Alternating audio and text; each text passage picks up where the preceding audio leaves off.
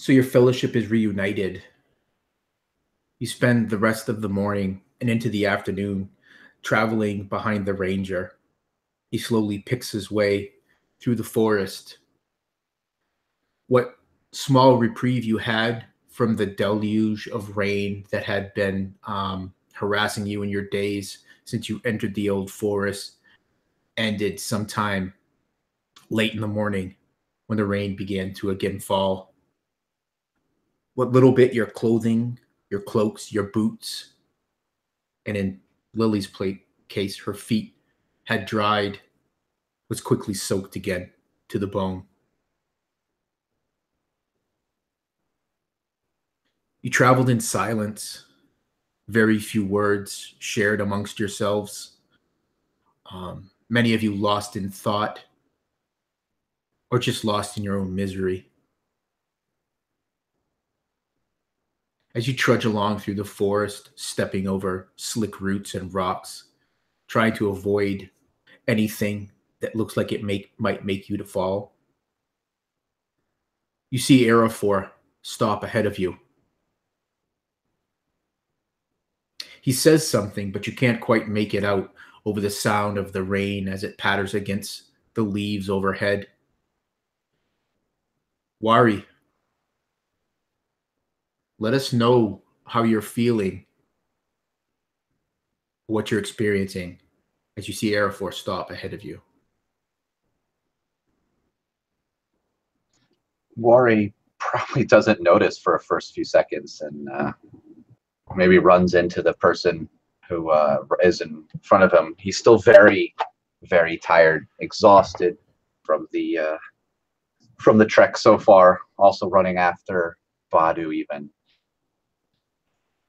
He probably bumps into Lily, kind of says sorry half-heartedly, and just kind of like stares ahead, wondering what Arafor is stopping for.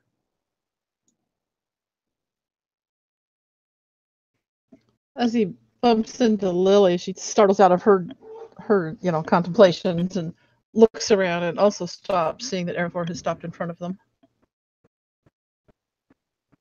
What's up, Arafor?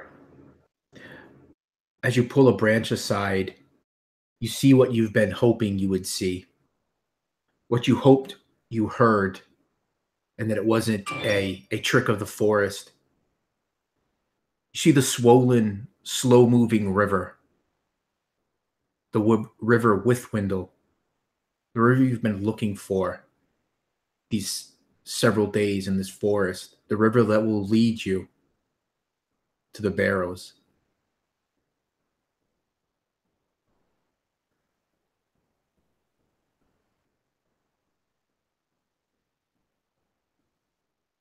For kind of parts the branches to look upon the river. Even in his mood, while now, but particularly the last couple days, he would crack a smile, turning back to the others.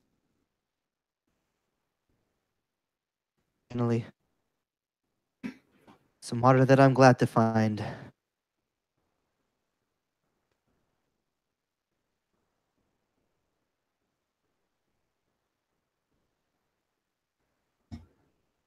And we're nearly there.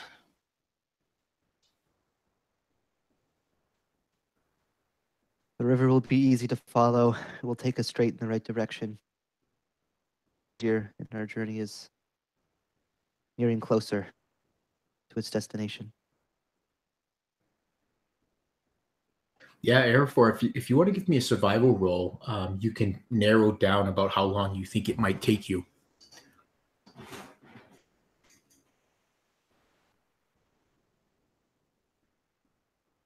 All right, let's still with disadvantage from the misery. So it's going to be a 12. 12. You look up at the gray skies, water hitting your face. You look for some sort of landmark that might give you a sign. One thing that makes it difficult is with all this rain, the river has swollen beyond its banks. Day or two, you think.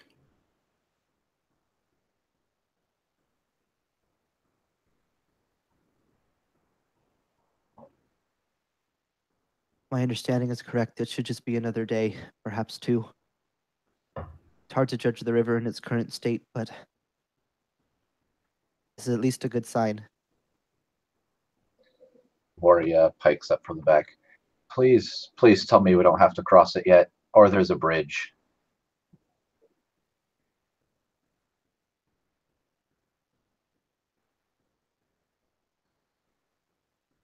The direction of the river takes us largely in the way we need to go. We should be able to follow its banks.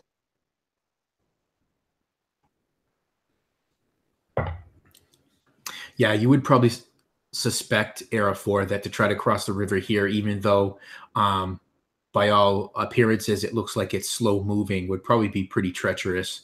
The Withwindle is not a wide river by many river standards.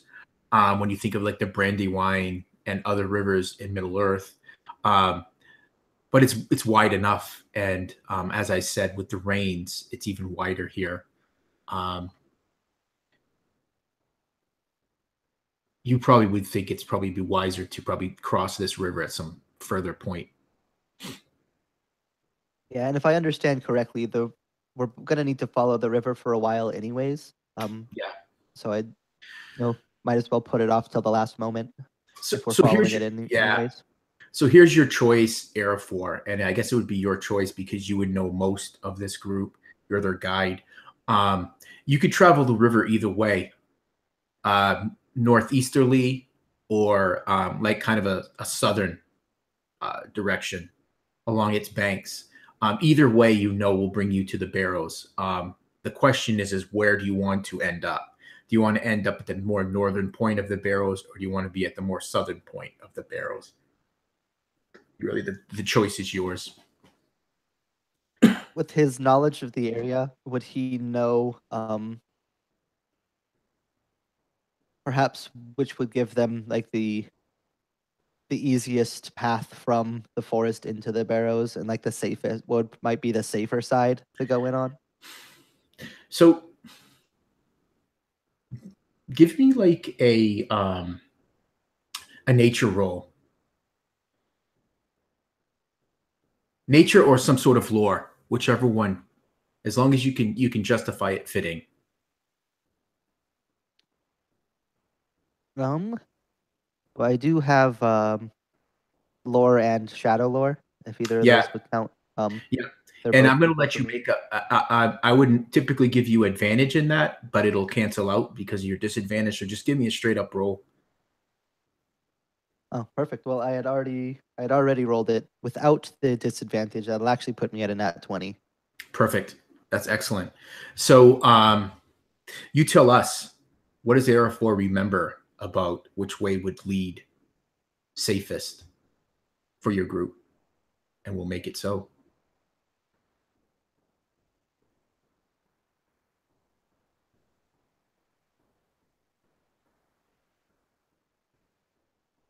I do not have the map in front of me, so I'll just whatever. Well, remember, you're not exactly 100% certain where you are on this river. So Yeah. you can just narrate it, Era 4.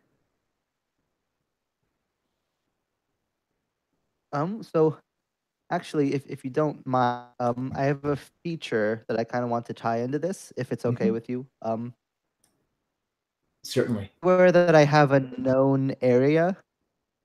Forest is not, but Barrow Downs is the nearest location where it would be safe for me to take a long rest.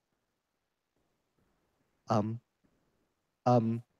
Air 4 remembers is that if you come in from the downs from the north, that first spot that you can find for them to take a break before they get too far into the Barrow Downs and get fully into it, that they'll be able to stop, find even a brief respite, hopefully for a night before they actually cross into the Barrow Downs proper.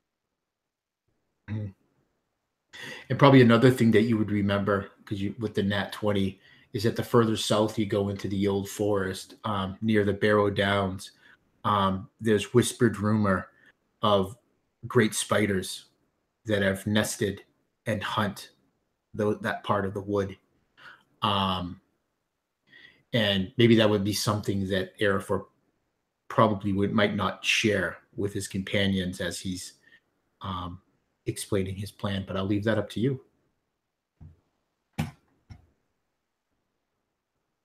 Yeah, I think he would quietly leave that out for the moment. Just safer if we approach it from the north, and the river will take us in the right direction. Spot we might also be able to rest for a night. It should be safe if my memory serves.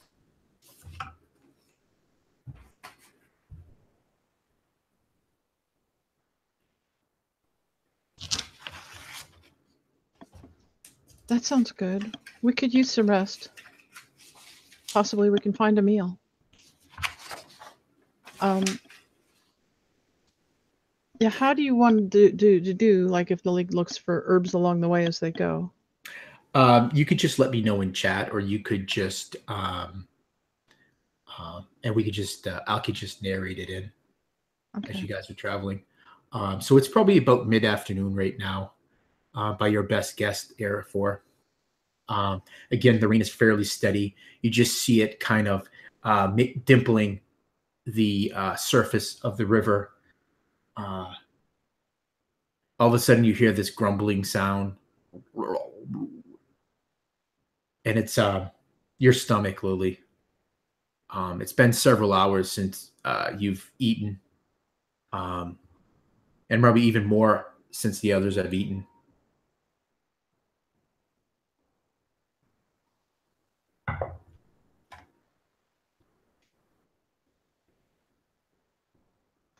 Yeah. Lily's like, could we eat, Arafor? I want to be able to hide with my stomach making all that noise. She looks rather pleading.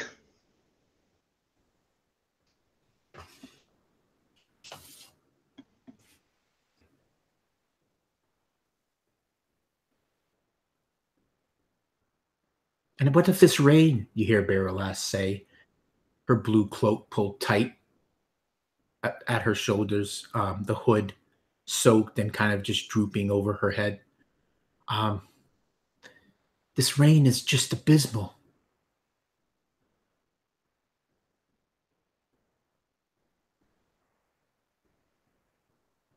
Oh, yes. We can eat while we walk. We need to make time. We need to keep going further. Oh, all right. It's gonna keep raining though. I can smell it. It's still wet. It has that feeling.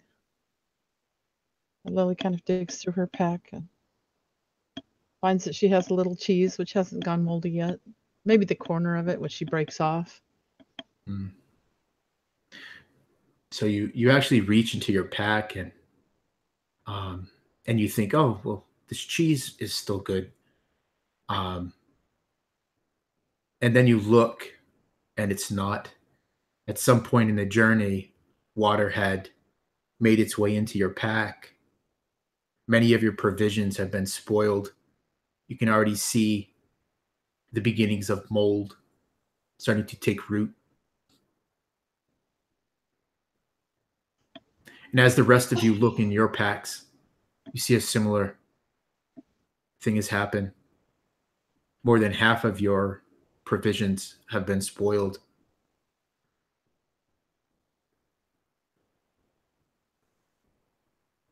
Oh, that ain't good. I've only brought less than 10 days of food, and it's half gone.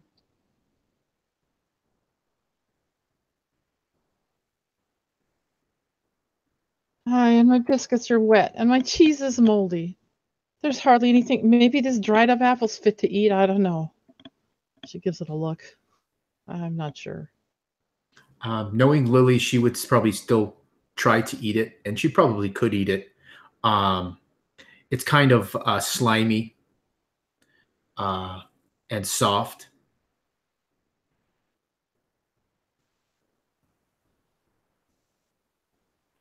Oh, it's not very good, but Maybe my stomach won't make horrible noises. So how much food would your fellowship have if half of their stores right now has been lost to moisture and mold? We figured, I think, that we'd picked up a couple weeks worth at the ranger camp, and that we've used, I don't know how many days we've been on the road since then, though, quite a bit.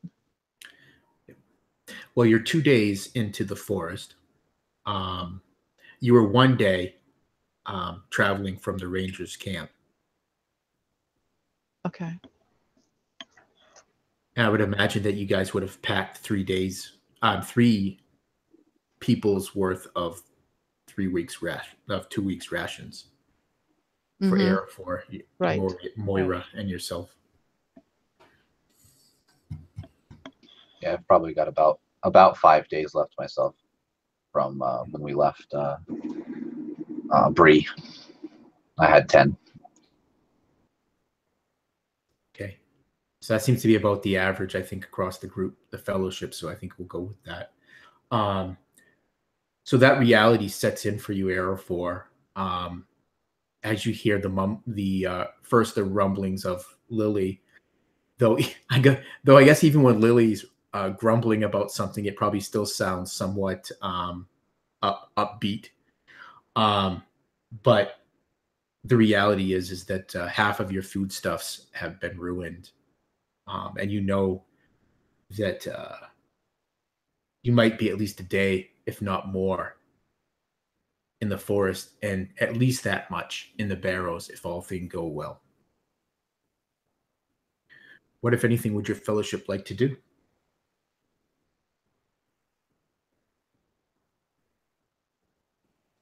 Lily remembers that Aerofor is quite a competent hunter, and she knows that she can fish.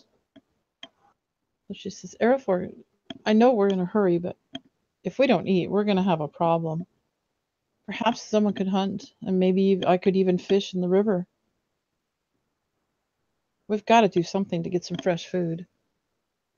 We won't be healthy enough to be worth anything when we get there if we don't.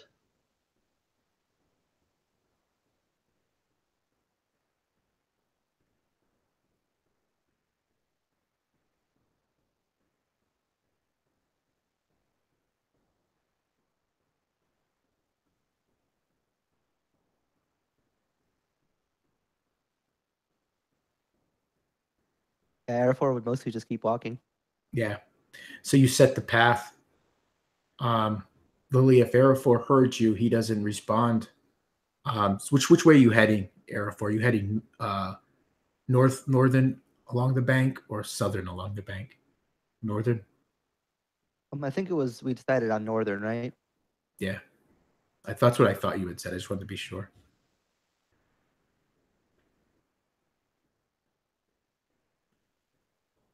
So he starts moving his way along the bank, ducking under branches, and weaving a path for the rest of you to follow. At times, it can be difficult for you, Moira, as you lead Isfael along behind you. But this is no normal horse. This is a Rohirrim horse. Her footing is sure, and she seldom slips it along the path. And she trusts you implicitly. The going is still slow, however. Misery runs through your ranks.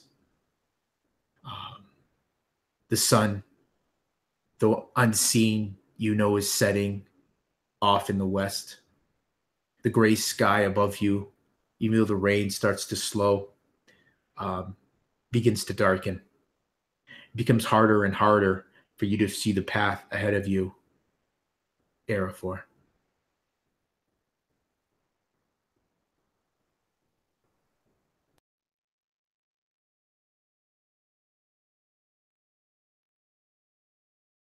Moira comes up next to Aerofor, puts a hand on his arm. Aerofor, we need to stop. We need to rest. And you can see it's just her eyes are sunken and she looks exhausted, almost a haunted look. The others, they're moving slower than usual. In the mud, the rain.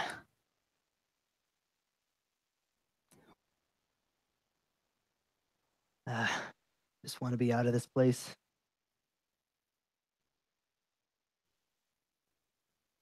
As do I.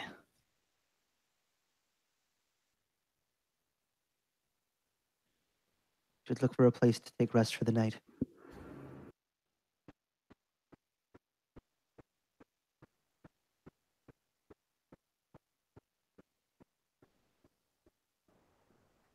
Thank you. Sorry about that. Barrowlass, hearing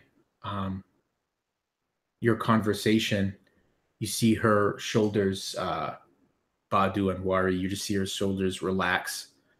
Her skirts up to the knees are just coated with mud. She looks nearly as exhausted as the rest of you.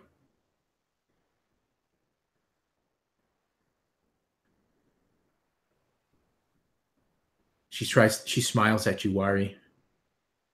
It's a weak smile.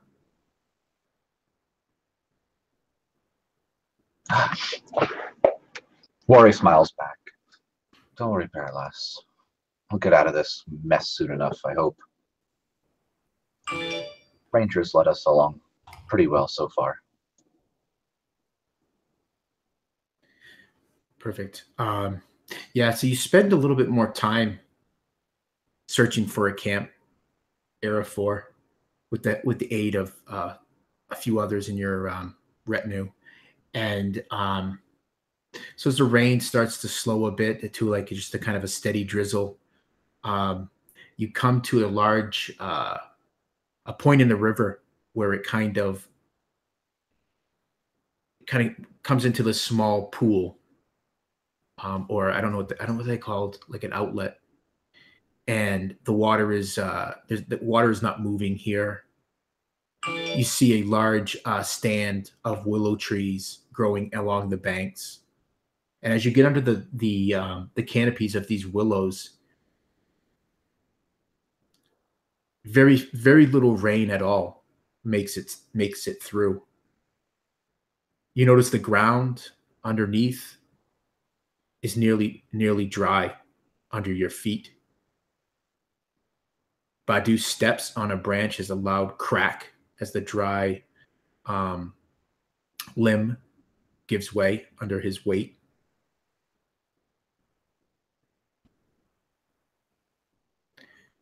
Off in the distance, you hear a splash in the pool as a fish jumps to catch an evening meal.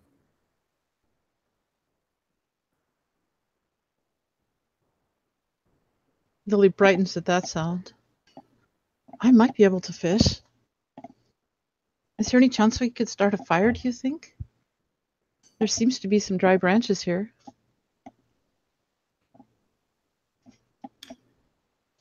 She smiles encouragingly at everyone else. Seems this current condition. Maker. Hey, Badu, look at that. You now have a job to do. You can go get us some more firewood again. You already found one. And Badu's kind of looking towards the front, kind of distantly, and when Wari addresses him, he looks over and yeah.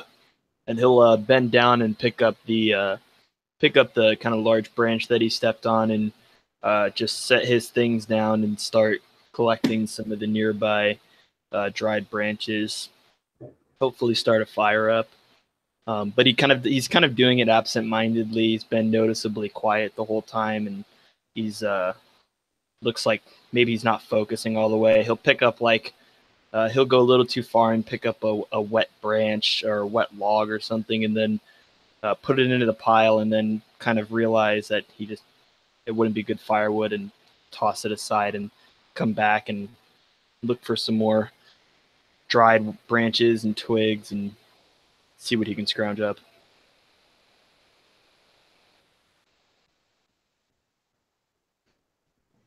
Noticing that, Lily goes, Badu, are you all right? Oh, yeah, no, I'm fine. Are you sure? They kind of keep to his chore and looks over and kind of nods at. Yeah, no, I'm fine. Her healer's instincts say that's probably not true. She would be correct. But her hobbit instincts say food. Food would help him.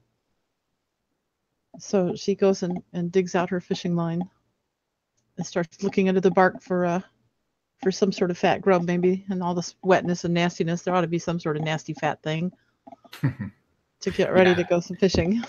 Yeah, this is not your first time. You're actually a rather skilled fisher woman, Lily, and you know right where to dig. You dig into your earth and you pull out some fat grubs and earthworms. She considers eating one of the fat worms, but decides maybe that she'll just go ahead and try to catch a fish with it instead. That's great. You must really be hungry, Lily.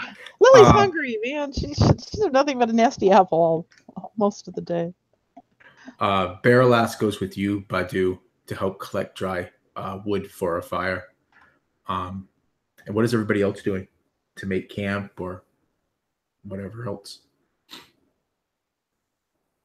I think Worry would be trying his best to make this camp like the most luxurious camp they can ever make out of all of their stuff at this moment. He really wants a good place to sit down, rest, and relax, and take off his boots and dry stuff by the fire as best he can. So he'll spend extra time doing that if he could. Mm-hmm. Yeah. You probably find a place that's not too close to a tree, remembering what Lily said before you guys entered the forest. Burn nothing green, take nothing from a living tree. And I think with just some of the things you've experienced in your time here, feelings like the forest is moving around you and working against you, you remember that, Wari, as you find a place to do that. Perfect. I'll make sure to anchor tents and or block and tackles like in the deadest of things that'll still hold the weight that I can.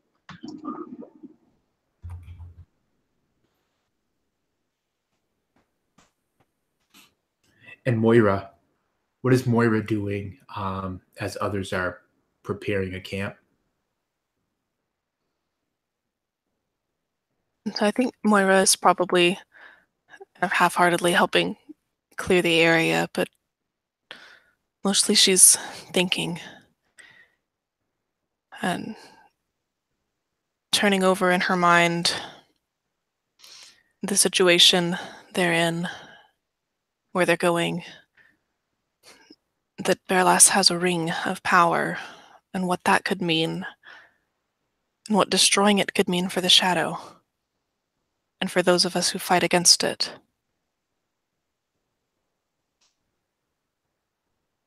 And she just wonders if Uradrith were here, what path would he take? I think, Moira, when you think of Uradrith, remember earlier in the day, you were lost in your thoughts. And you're not sure if it was you, your wearied imagination, or if it was truly his voice that spoke to you. But you hearkened back to those words of encouragement, words from a lost friend, words meant to bolster you, give you strength against despair.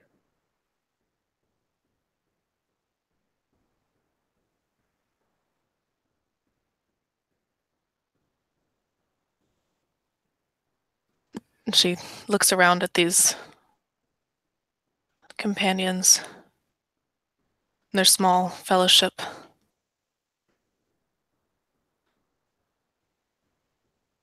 And she decides to keep it. That whatever comes, they will stay together.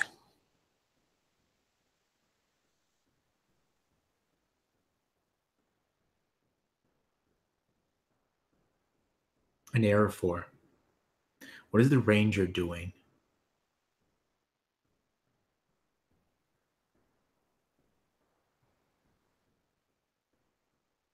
Arafor has kind of big work all perimeter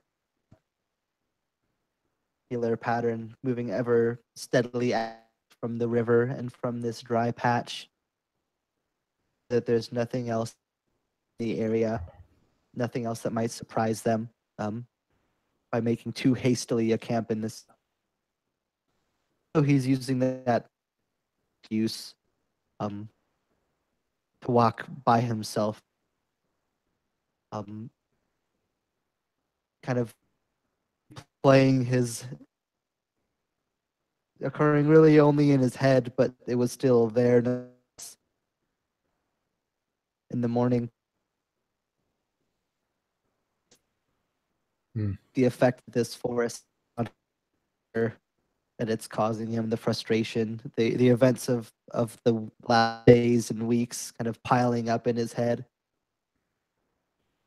and just to somehow find in the rain, kind of dour, to walk by himself and try to clear his head. Okay.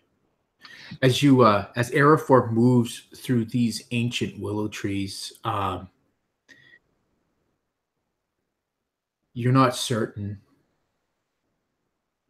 if it's the trees or if it's the fact that for the first time in a few days, you actually are sheltered from the rain. You have dry ground beneath your feet, or nearly dry. At one point, you place a hand on one of these willow trees, and you're not certain, but it seems like it almost feels alive. Not like a tree's alive, but alive. You can almost, the bark underneath your bare hand almost feels warm. You have this sense of almost peace as you make this circuit around where you're making camp. For the first time since entering the old forest. I'd say it's probably perfect that at this time too, after camp is made, the warrior has himself situated. He actually pulls out a flute, something he hasn't done in a long while, and begins to play a little dwarven melody with the flute that was stuffed away in his backpack. Awesome. Lily, you go to the bank of this pool, and you cast a line out there. You could just give me a couple of survival checks. See how well you do fishing.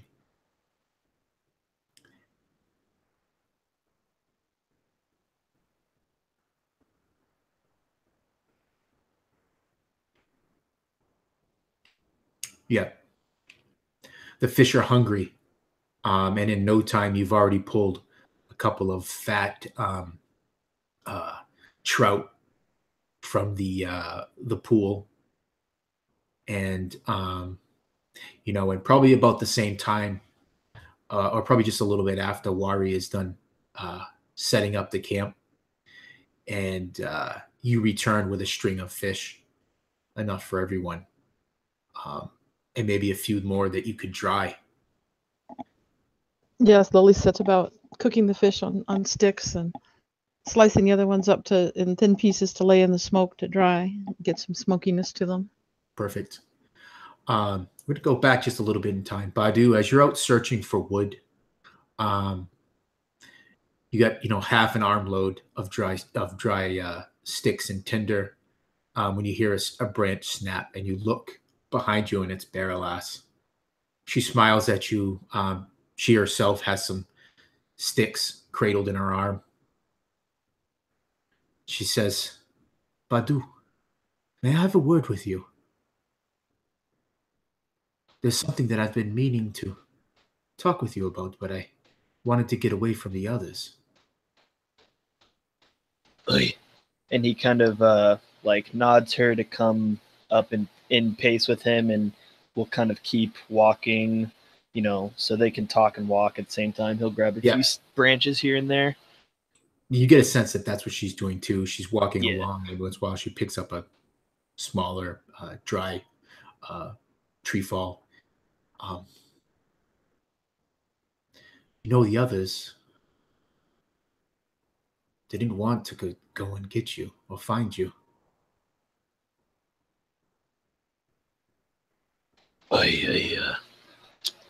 I gathered that. But that's really not what I wanted to talk with you about. Something is not right.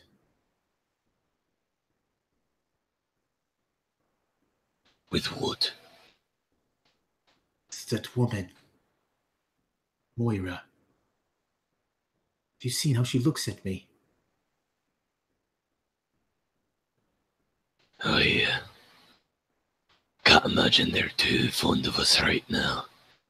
Thinks back to that Nazgul and, how there was probably, while he was gone, all sorts of pointing fingers and, as to who was doing that. He knows that Barlas has confessed to, drawing that sort of attention, and she's brought to light that Moira might be a similar way. So, I mean, he's not dumb by any means. He knows that they probably don't like, Moira and Arafor probably don't like Barlas, and the fact that she's got this ring of power, and Barlas probably the same of them.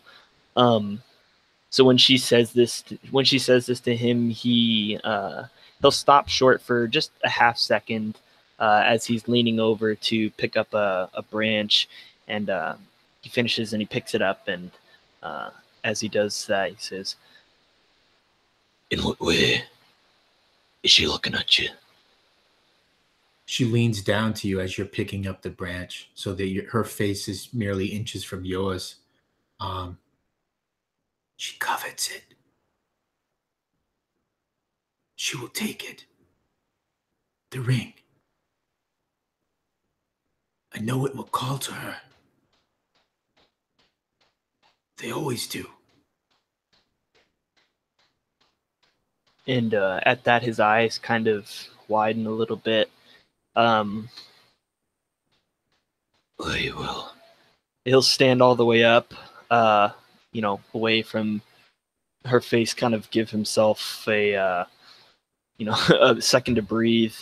He kind of contemplating, what the implications of that might be if Moira tries to attack Barlas to get the ring. The Wraith would more than likely come to attack her, and if the Wraith attacks her, then Arafor attacks everybody, and then if Arafor attacks everybody, then everyone ends up hurt or dead, and it's just not a good way to go. So he looks back down at her with some concern in his eyes, and he says, Are you sure about that? How do you know? You see her eyes searching your face. She goes, she's touched by the shadow. The ring will want to get to the agents of shadow. Even now I feel it pulling on me. Alright, well, I guess we'll have to hurry up then and get rid of that thing.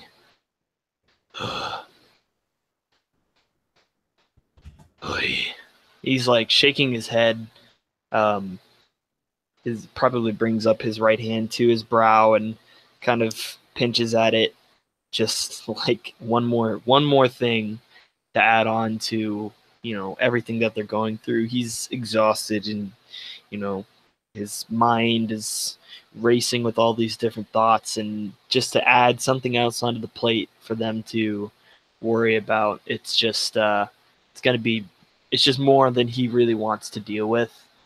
So he almost brushes it off, and with that comment, and we'll kind of walk past her and maybe head back towards the camp now, assuming that he'd gathered enough, and just kind of escape the conversation.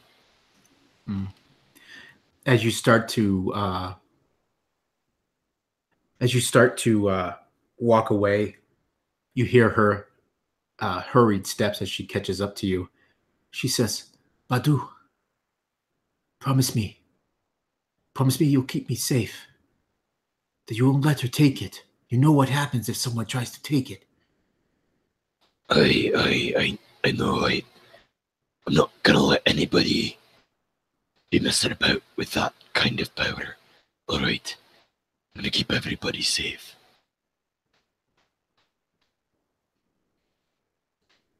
And he'll hurry back to camp, kind of a brisk walk, even in his exhaustion. That's probably the fastest he would be able to muster, but just kind of a brisk walk, looking straight forward towards the camp. He sees Wari setting up the tents and whatnot, and kind of doing his bit. He might see Arafor off in the distance, kind of scouting a little bit, and but he makes sure not to look at Barrowlass or look down back at her, because as to avoid engaging back in conversation about it. The last thing that you would hear as you kind of hurry off, because you can definitely outpace her, is, "Tell no one." And he just raises a hand very briefly just back at her, kind of waving it off like, "Yeah, I got it." And as he comes back, he kind of catches an eye of Moira and stops for a second, just takes a deep breath and just shakes his head, just very worried about the whole circumstance, and kind of shakes it off, and then goes to make a fire. And it's several minutes after Badu returns to camp that Barrowlass walks in and drops an armload of wood onto his pile. And it's at that time, Lily, that the others get a fire going, and you return with the fish. The camp itself is welcoming. Again, this is the first time you felt safe enough to have a fire. Again, you feel dry. Barrowlass starts stripping off a couple of layers of cloak, and she kind of lays it over a branch to hopefully let it dry. She takes off her boots, and she goes down by the river, and you can hear her washing out her skirts.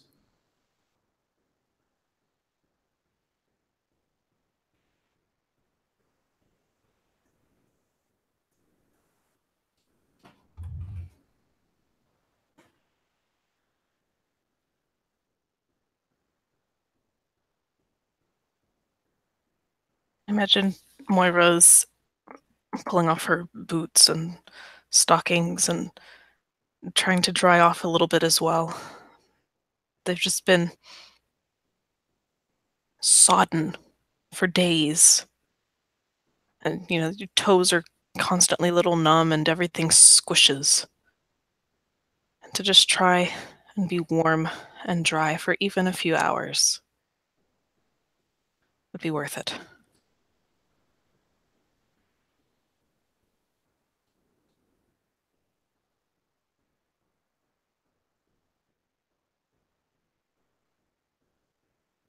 And Lily, once she gets dinner well cooking, actually gets out her pipe. She says, "I think I have enough leaf left for one last pipeful for anybody who wants it." And then that's going to be the end of it, I fear. But she really wants that chance to relax and to think as they cook. I'll join you. I have a little bit more of myself, but it's probably not as good. So yeah, This is out her last bit, you know. So everyone enjoys a good meal of fish and maybe some cheese and biscuits that hadn't been spoiled. It's light fare, but it's warm. The first warm meal you've eaten in days, and it's satisfying. Do any of you have expended hit die that you haven't recovered yet? I don't think I've used any. Okay. All right. I have. I've used one, but I have left. Okay. If you have any expended hit die, you regain one of them. If you have no hit die to regain, then you may remove one level of exhaustion as you eat this meal and you sit in this warm, dry camp. What, if anything, does the Fellowship do as they finish their meal? Oh, wait a second, Wari. I wanted to go back to something that you had said. You had said that you took out a flute and started to play. And that would have been right around the time that Lily returned and started preparing dinner. So something, I want everybody to give me a perception roll when Wari starts to play this flute. Yes, Arafor, you may. I assume that more people were down hit die. So if you're the only one, then definitely you can choose.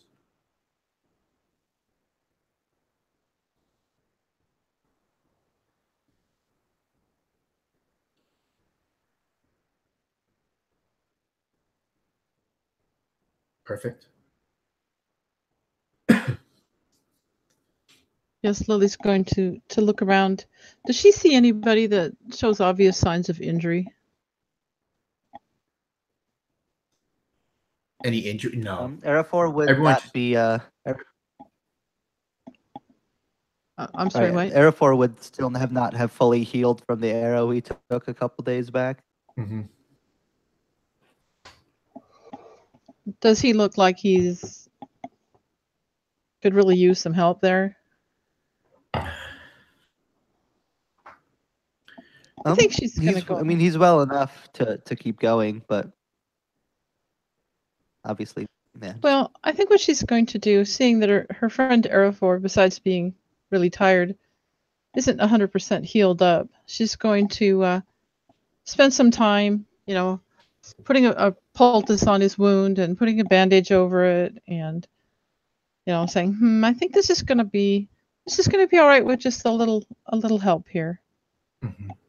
And I'm going to use one of my features, Hands of a Healer.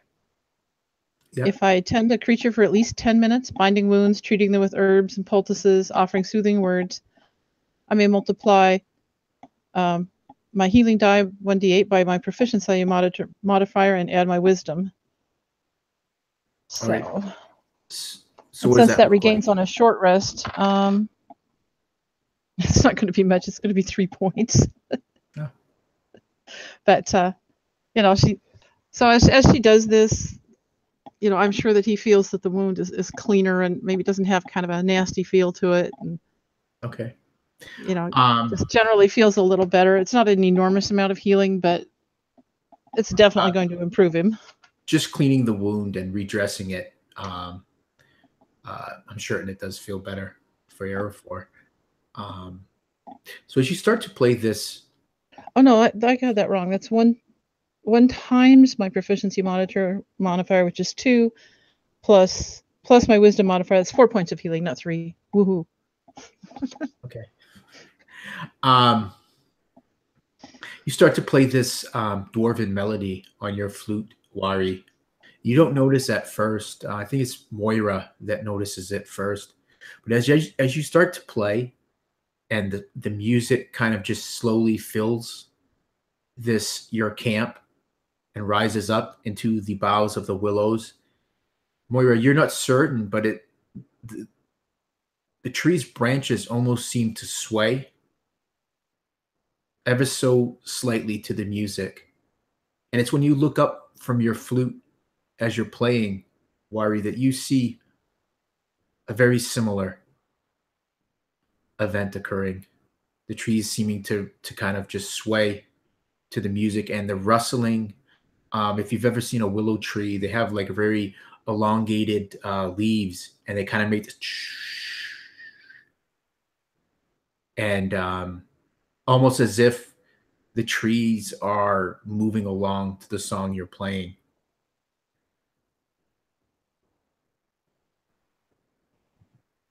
Nice. Mori would continue to play. It's kind of more for himself than anybody else, but probably toward the end of his song, he would, if he notices the trees, he'd probably play with it a little bit, like stop for a second, see if the trees moved, and then play a few more notes, and then continue, and then finally just end. I think Moira is kind of watching this and looking around to see if anybody else notices. And she makes eye contact with Worry as he's kind of stopping and then changing the tempo, and then looks up at the trees and back at Worry. Her eyes are a little bit big. She's slightly concerned and slightly amused.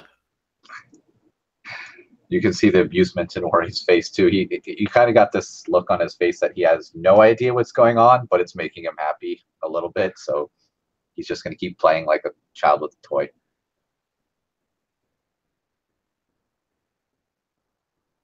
Moira's decently musical, and I imagine after a few minutes she'll kind of hum along with the tune that you're playing and just watch the trees dance around.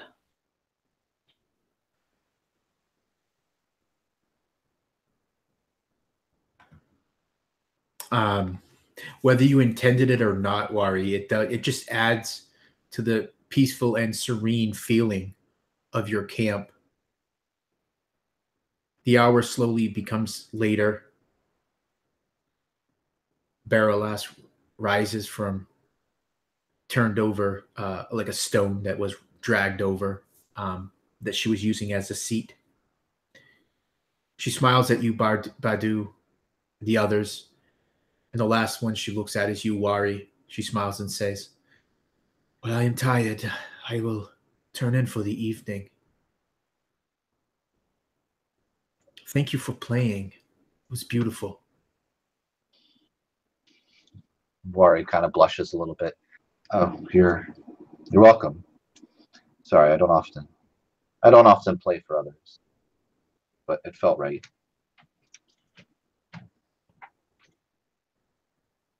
"Well, I thank you. It lifted my spirits." "Well, good. Enjoy your night, Baroness. Get some well-needed rest." And she retreats to a bedroll. Wari would probably find sleep shortly after that too. He's exhausted.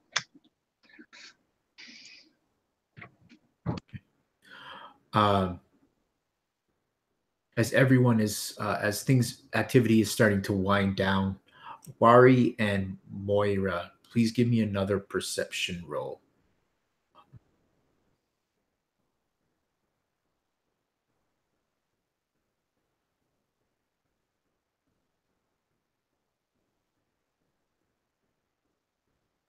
Okay. Yeah. It's unnaturally quiet in this camp. Every once in a while, an errant breeze kind of rustles the leaves of the willows above your head, but it's almost peaceful. Distantly, you can hear rain as it continues to fall up above, but very little actually makes it through the canopy to get down to you. And just wanted to know. Yeah, you just read my mind, Arafor. I was going to ask, what, if any, watch will your fellowship establish? Arafor would offer to take first watch. Okay. We'll get their first rest.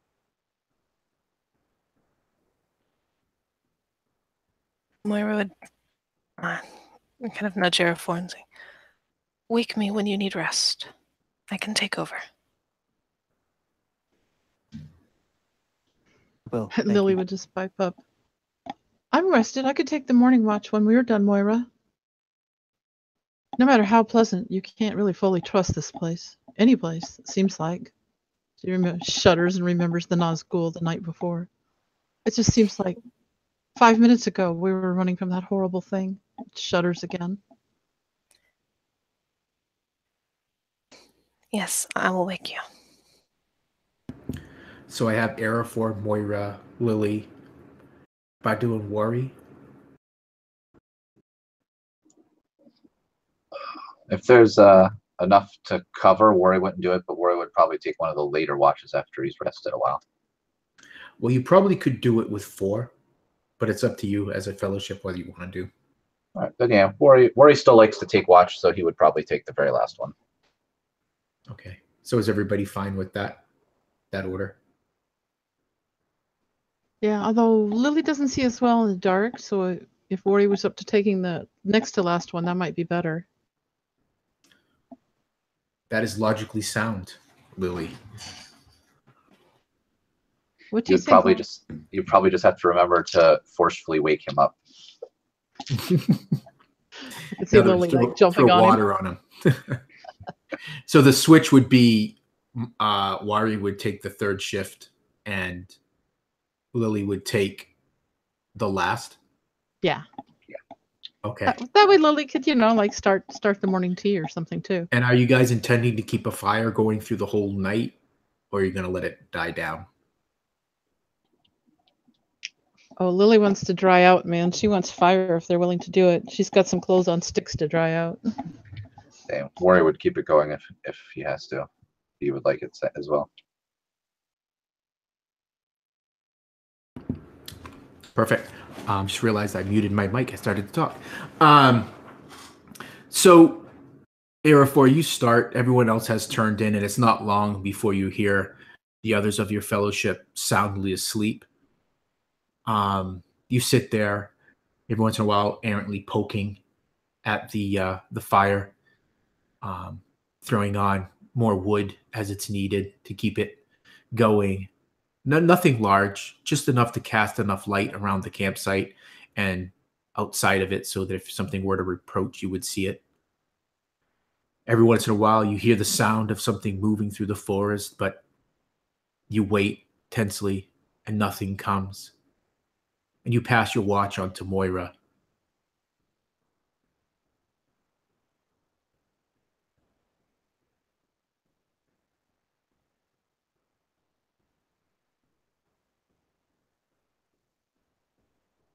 You gently shake her awake. And I'm curious. I'd rather have you two role play that rather than me. I don't want to speak for you, Moira, on how you would awake.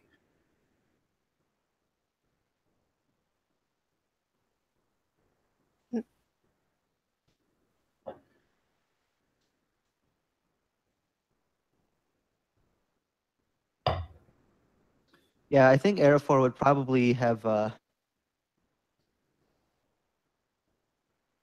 better than perhaps like out maybe like 2.5 to 3 hours instead of just 2.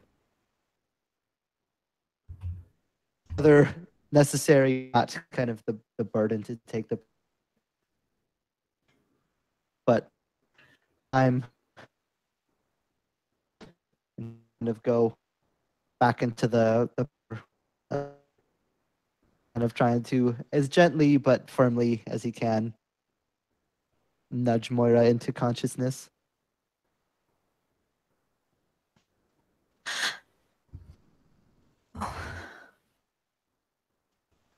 Oh, it's you.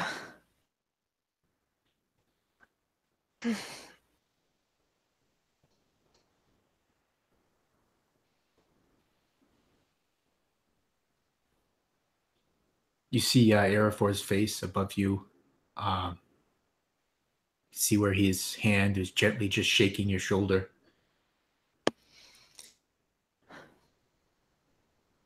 I take it that all is quiet. All is well so far.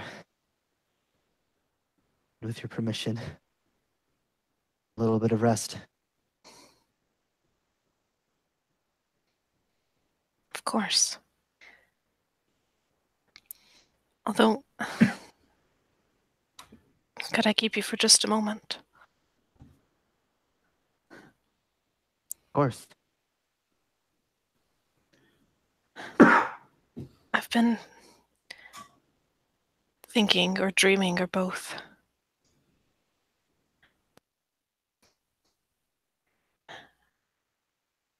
I don't know if continuing with the horn, retrieving it, and taking it back to Dol Amroth is the right path for us.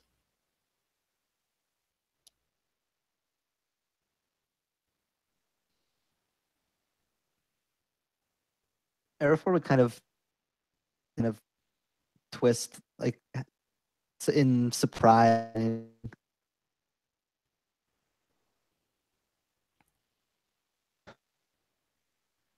You sure? We are so close it seems silly not to retrieve it if we can. But I would...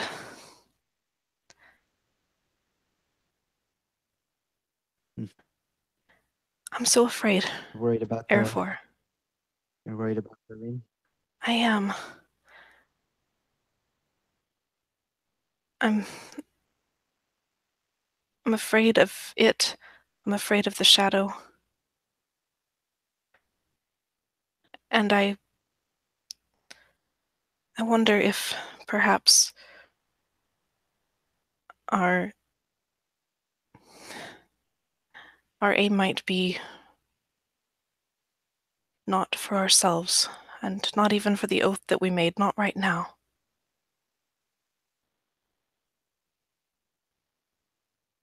But for everyone else. For Sarah, who lost her family. For Lily, who lost her friend.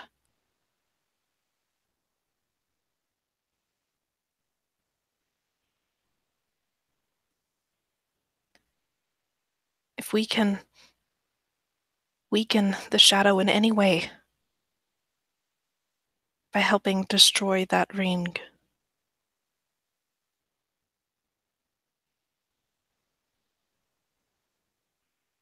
is that not the better path?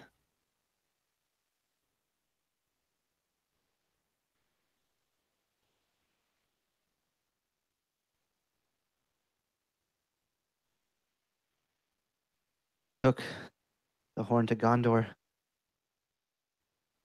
It'd be a much safer place for you there.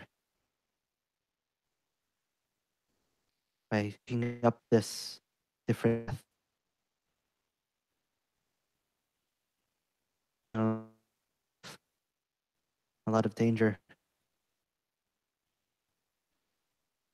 Obviously, I will not tell you your more your own decision.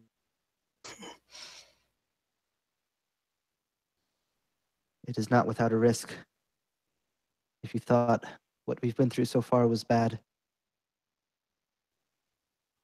whatever wants to prevent her and them from bringing that ring to destruction,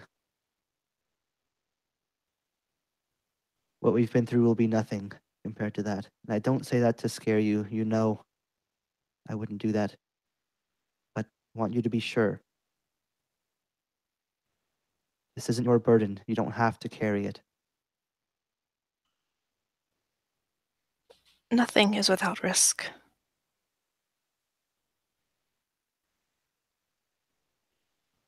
Even child's play bears with it things that you can't imagine.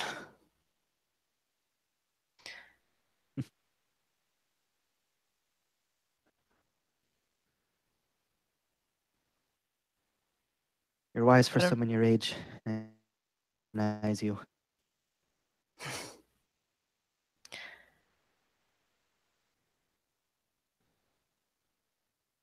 Perhaps grief gives us wisdom. only it were so, I'd be the worst of all.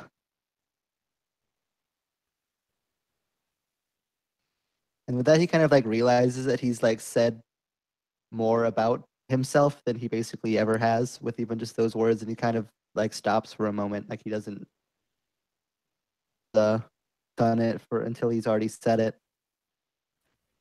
Yeah, she looks up at him, almost startled because he said nothing about his past before. And you can see she wants to ask the question, and instead she just kind of looks down again. A risk taken for someone else is worth it. And if that someone else happens to be hundreds, thousands of people who might be saved, who might not have to live through a friend or a brother dying,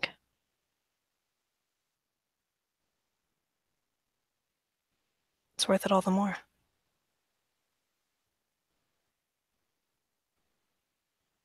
Perhaps you're right. I way towards the barrel. Might as well see if there's anything there to find. When I'm not quite so tired.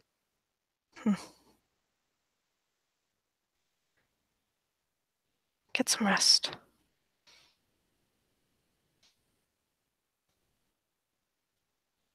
He nods and he goes to turn. Before he leaves, he leans in just in case.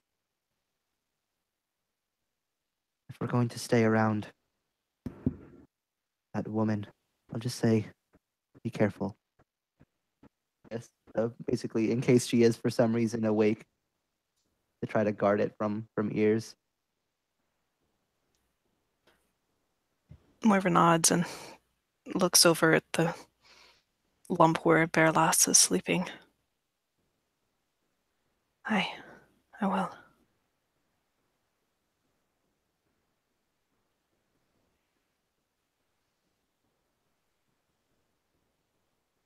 With that, Arafor would turn and go to finally get get a little bit of rest. It's not long era forward before exhaustion takes you and you lose yourself to sleep. Maybe you watch him for a few minutes, Moira, before you make your way over to the fire, throwing a few more dry limbs upon it to get the flames up a bit. It feels good. Your clothes not fully dry, but drier than they have been. You sit there. You hear the splash of something off in the pool. You can hear the sound of the river a little bit further off in the distance. The setting is peaceful. As you're sitting there, the willows begin to leaves begin to rustle.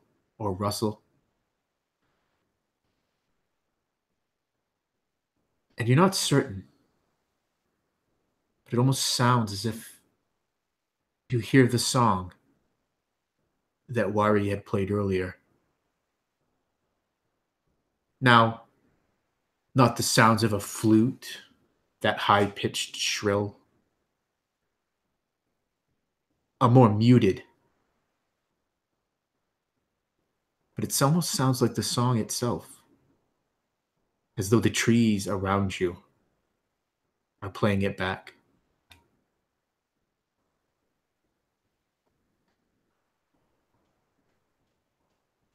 Moira idly taps her fingers in time and hums a few bars every now and then. Perplexed and amazed. Because the feeling she gets is not a dangerous one. It's a comforting presence.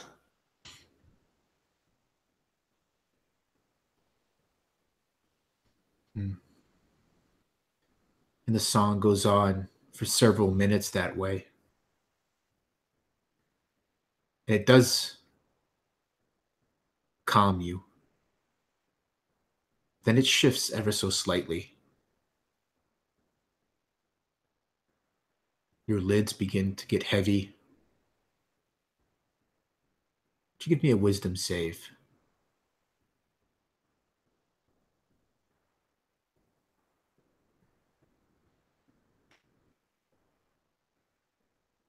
Oh no. 5.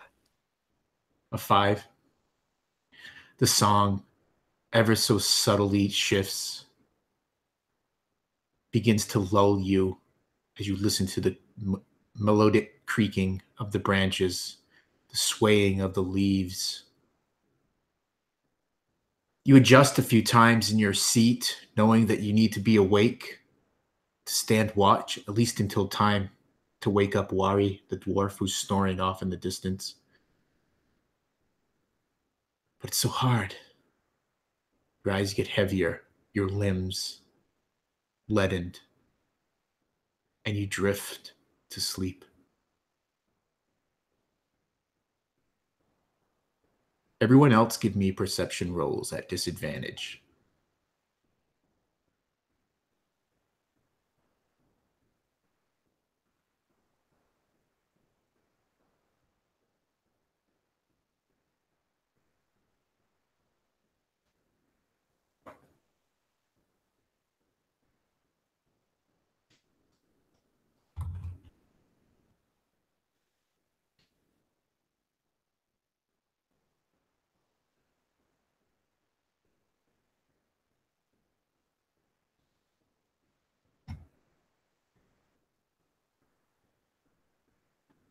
Right. I guess I'll roll one for Barrow last. Okay.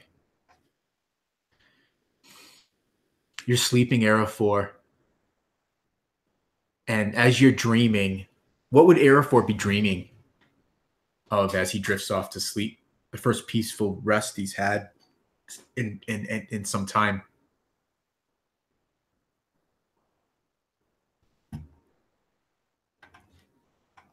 So, Arafor, even in sleep, can feel the fire. The dry bit, dry bit in a long time that he's had.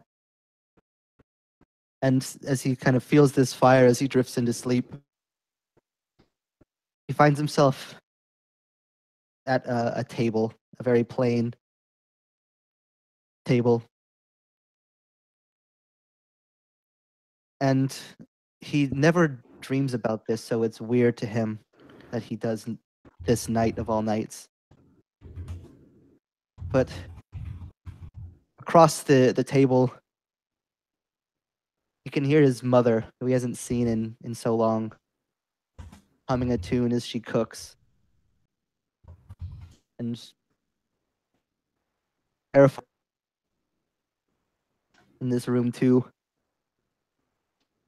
as a child.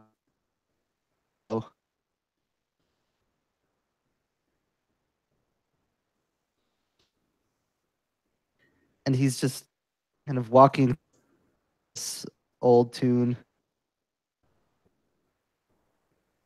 sleep.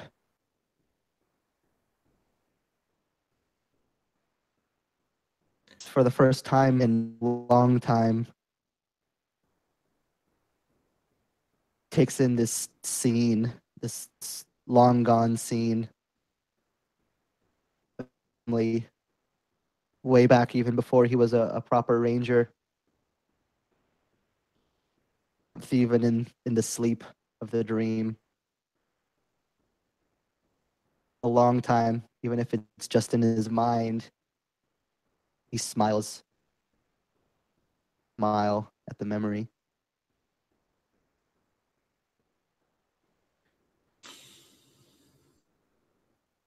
It is. It's one of the first peaceful dreams that Arafor has had in some time. A memory that wasn't bitter. wasn't a reminder of the failure he thought he was. As you reminisce, listening to this tune, the tune of one of these many tunes of your people, the song changes.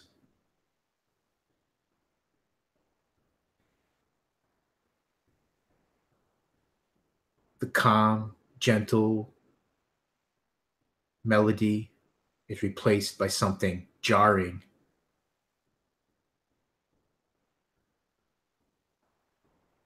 You feel threatened. Those around you in your dream, their faces are replaced by sneers, jeers of calling you the would-be king, self-named, failure. And you startle awake. You hear the rustling of the willow trees above you, creaking of the branches. Your eyes drift over to the campfire. Moira's not there.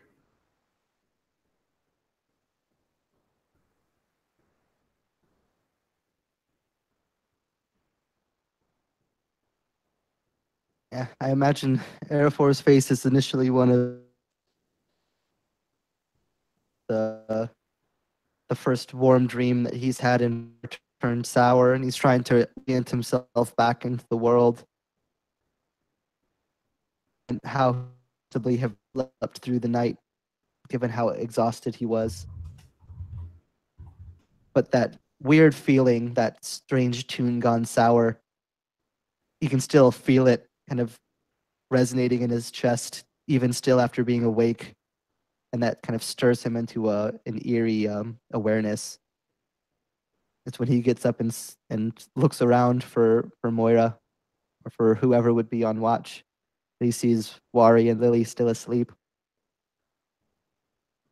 And with that, his heart almost kind of skips in surprise,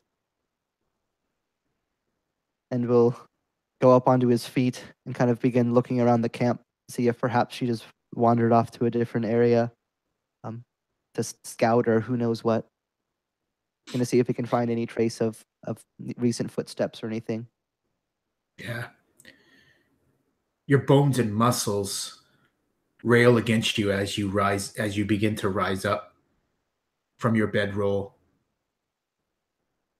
The true weariness of the journey felt. You stretch out the kinks as best you can, and give me a perception roll as you look for Moira.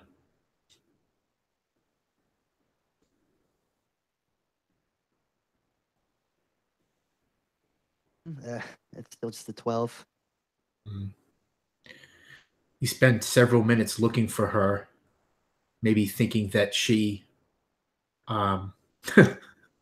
thinking that she wandered down by the pool off the river. You don't see her there. As you start to walk back, you see her. She's laying off to your left. But something isn't right. She's asleep.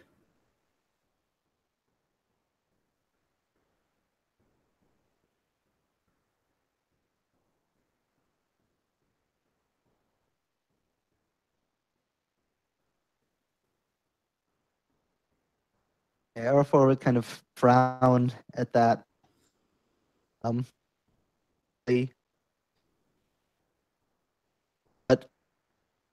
still kind of the weird before strange song that woke him from his dream. He couldn't help but kind of close to make sure that nothing seemed her breath and her move in sleep. Right. You don't even get to her As you're approaching her, she's probably about 12 feet away from you when you see her. You can hear in the night air a song. And now, as you listen,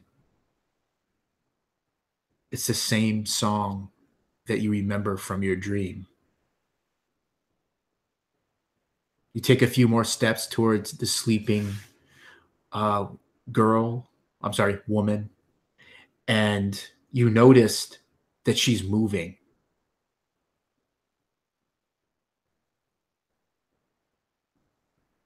And as you look, you see roots wrapped in around her waist, across her arms, and it's slowly pulling her towards one of these willow trees. Give me a wisdom save, Arafor.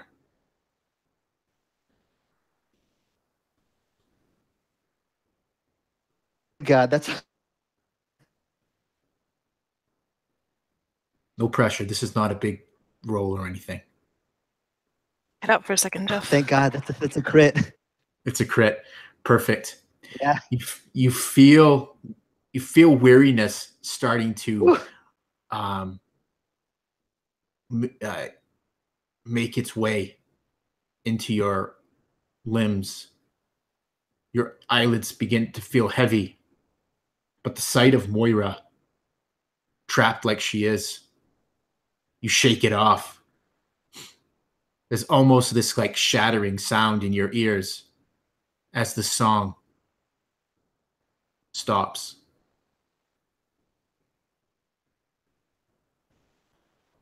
You see Moira continuing to be pulled towards this large, ancient willow.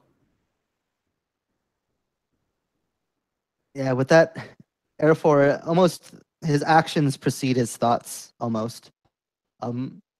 His hand is down, and he pulls out the belt knife that he has.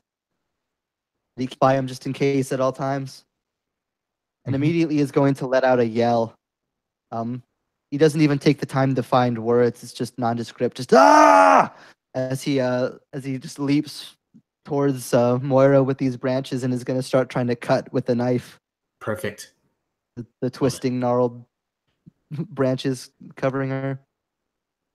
Love it. And with that, I think we're going to take our break, and we'll pick up in about 5-ish or so minutes.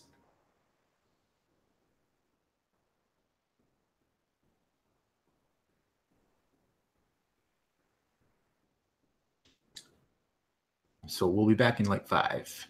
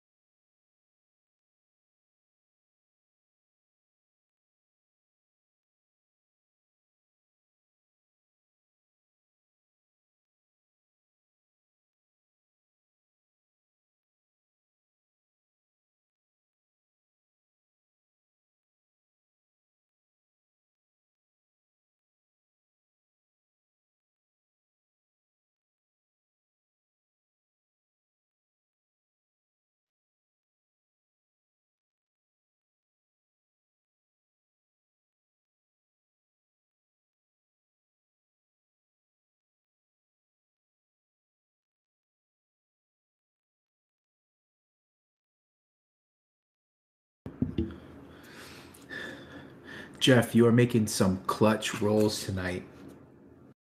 Everyone, Seriously? everyone is going to owe you big.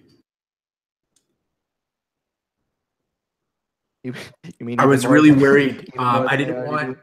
Yeah, I didn't want to let you know, but that one roll, that wisdom roll was so critical for you to make, and you killed it, thankfully. Thankfully. Yeah, it was like these dice have been doing some work so far tonight. Yeah, you better take them out for a drink later. They've earned Oh. it. One for them and one for me. Right on. So looks like Kyle's back. Carol's I'm back. back. I still can't roll worth Taylor's back. anything. At least I got one good roll at the 2, even if I'm on disadvantage. I can Right? improve. I rolled a nat 20 and then a 6. Disadvantage is a bitch. I love it. I love it. Man, if I got a good night's sleep, I would be without exhaustion at all. Yeah. It would be nice to be back to normal. You did well, though. You did well with the challenge around making the camp and fishing. Yeah, that went well. Yeah, you guys did well. When you do well with something like that, like I said, a success granted you like reducing a level of exhaustion or getting a hit die back. So that actually worked out really well for you guys.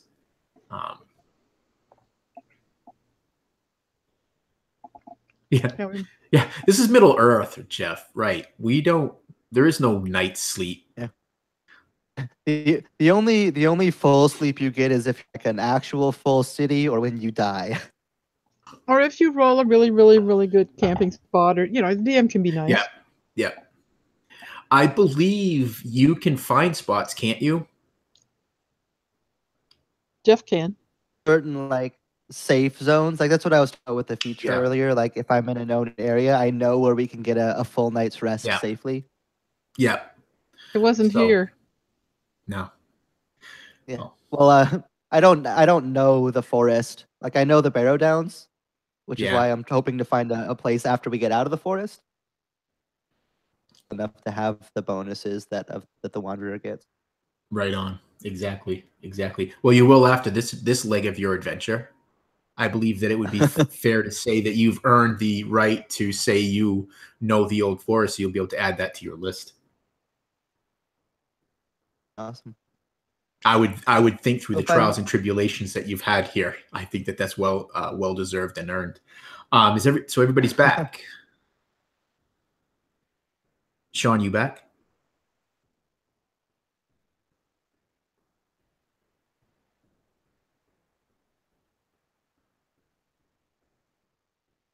Your thing right in the chat. So do me and Taylor don't need to make this? No, we've you already don't need to make the rules. Right? Okay. The rolls are advantage. Yeah, if it's the save that we've already made, yeah. Yeah.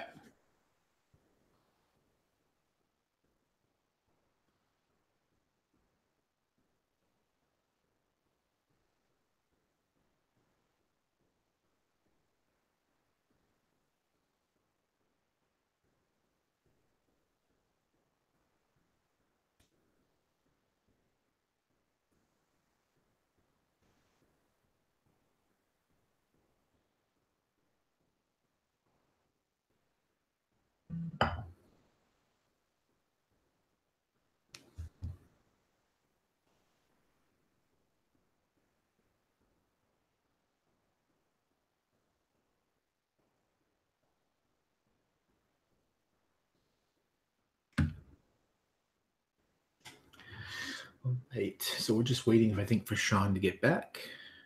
Oh, Sean is back. Sean, if you could give me a wisdom save, please, at disadvantage. So not disadvantage. Sorry, disadvantage because of exhaustion, or just for because of whatever. Because you're already asleep. Okay. Wisdoms? Oh, hell yes. 19. Perfect. So for the rest of you, You're still sleeping. You have peaceful dream. You almost hear this this music playing across whatever dreams are going through your minds. But Wari, you feel this tugging at your leg. As you come awake and you look down, you see this root has begun to curl its way around both of your legs. Off in the distance, you hear Arafor yell, a dagger in his hand, and it looks like he's attacking Moira at first. Maybe that's what you think quickly, but then you realize the root. And then you see the roots entwined around Moira. And we'll pick up from there. So as you yell Arafor and lunge at these roots, as you look across the rest of the group, you see that roots have begun to wrap their ways around them, and several of them, Lily, Badu, are being pulled towards this this great willow as well.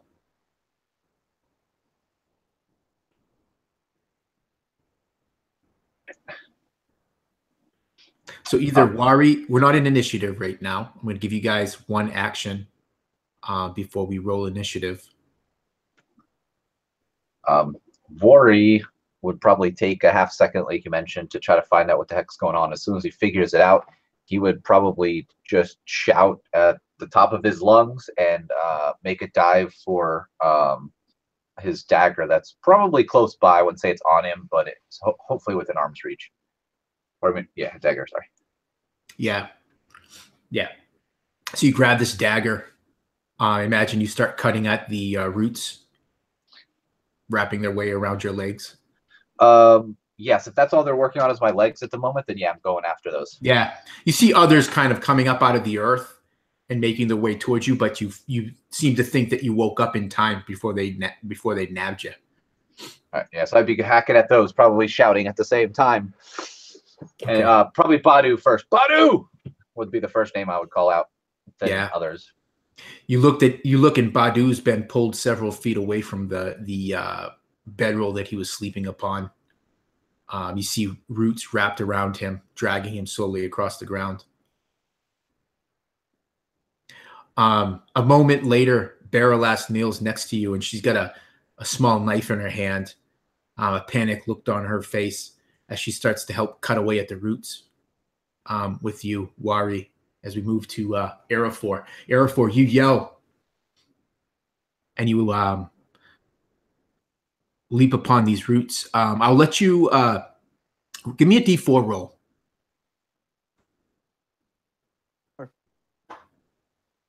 That is 2. 2. So I'll let you decide 2 areas that Moira is entangled that you can cut free. So she has both of her arms are kind of entwined around her waist and her legs. Yeah, he would definitely get her arms free first. That only counts as 1 area or 2. Each arm would be a separate priority. area. Yeah, he would just begin sawing desperately at the roots around her arm. Doing so with his right hand, using his other arm to try to shake her awake. Doing the same time. He's trying to get her arms free, so if she does wake up, she can help. Yeah. Despite your shaking her, she doesn't seem to rouse. She almost has a peaceful look upon her face. And the whisper in the back of your mind, Arafor, is magic. This is a magical sleep.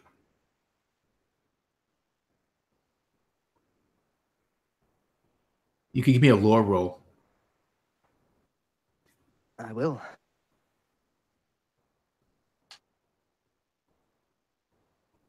Yeah, that disadvantage is still hurting. That's going to just be an 8. Yeah. You seem to have heard rumor of magics putting folks to sleep, but you can't be certain. Maybe Lily would know. She seemed to know a lot about the old forest, but As you look over to where she was sleeping, you see the poor hobbit is only maybe a dozen feet away from this great large willow tree. And as you look at the base of this willow tree, its roots have actually risen up and creating this large gaping opening at its base.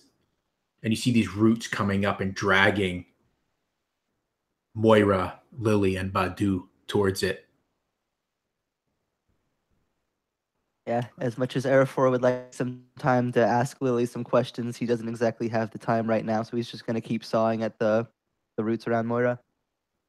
Perfect. Let's roll initiative now. Okay.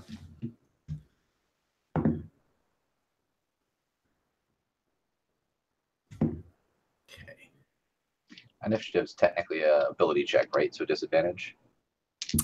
That's a really good question. I think that it is because it works off dex. Okay. What's it?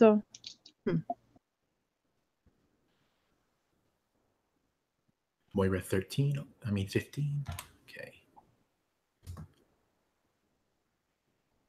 There.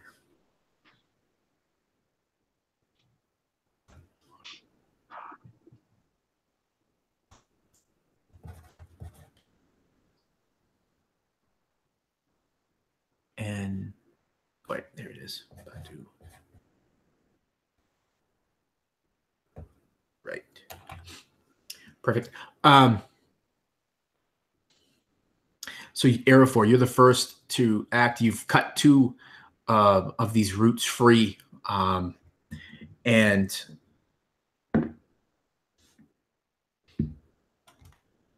what are you going to do? You see other roots making their way towards Moira.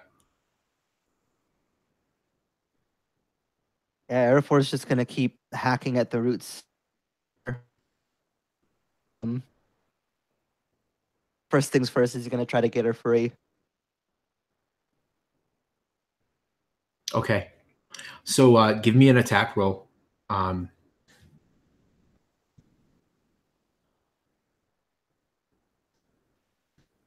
Ooh, that is a modified 20. Oh, yeah. Easily hit.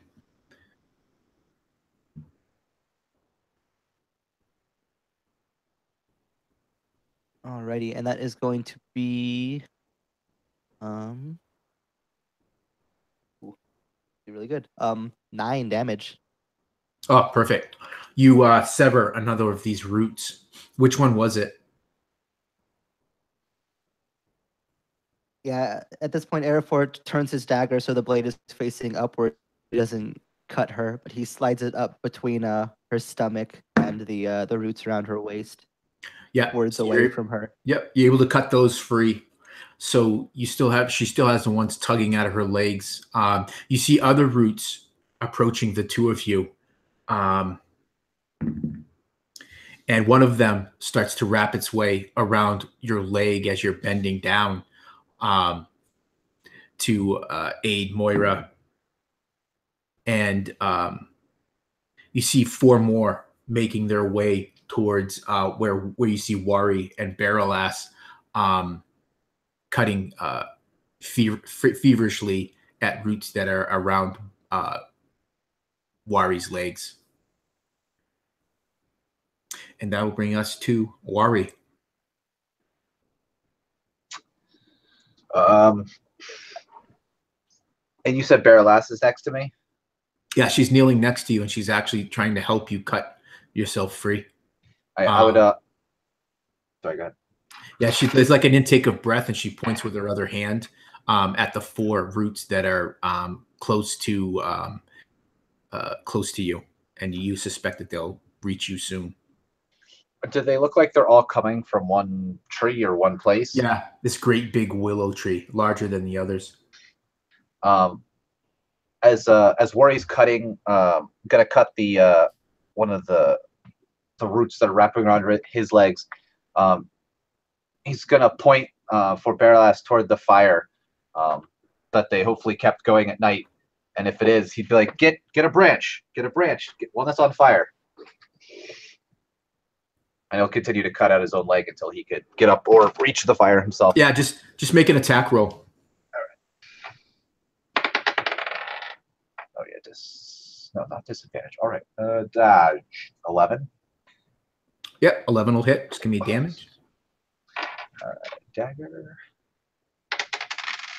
5. 5. Yeah, you almost cut through the second root that's wrapped around your leg. You and Barrow last a moment before were able to cut your other leg free. But maybe with Barrowlass's aid, you'll be able to get free and hopefully get away from the other roots that are moving towards you. Excuse me. Moira, you're lost peacefully in a dream right now. What would Moira be dreaming about? What would bring Moira peace right now?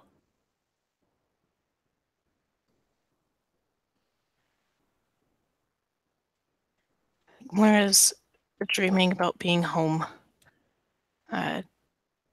She can feel the dogs around the table bumping into her legs. Her brother grabs her around the waist and gives her a hug. She's home.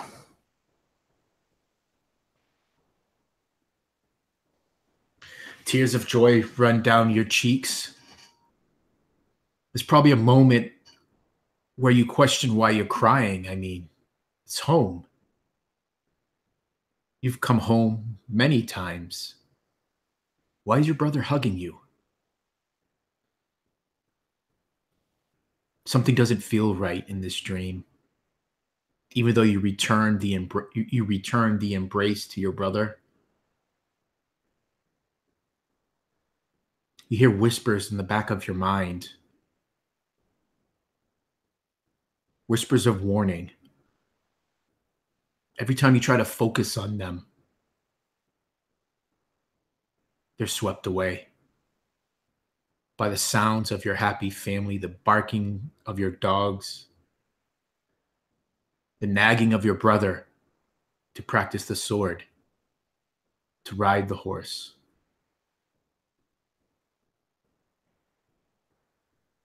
Barrowlass leans in close to you, Wari. Her voice forced. Oh, yeah, you can give me a roll for your horse. Thanks for reminding me, Moira. That'd be a wisdom roll? Wisdom roll. Definitely a fail. Okay. So maybe out of sight of Arafor, a camera would kind of pan over to that side of the camp, and your horse is kind of laid over, these roots wrapped around her and slowly dragging her towards this tree. Barrowlass works quickly with her knife at the root, though carefully not to cut you. She saws with the knife, but she isn't able to cut clean through the root. She says, "Wari, quickly, we must get you free and save Badu and get out of this place. It is cursed." Not without the others, but grab fire. Fire. And Wari again points to the fire pit. She clutches at you with her free hand, still working at the root. She goes, "We don't have time. Look, they're already lost."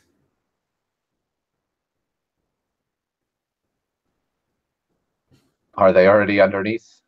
No. You see, probably the closest are Lily, then Badu. Moira is probably about the same distance as Badu is, but coming from a different angle. And as you kind of crane your head, you can see her horse is being dragged along too.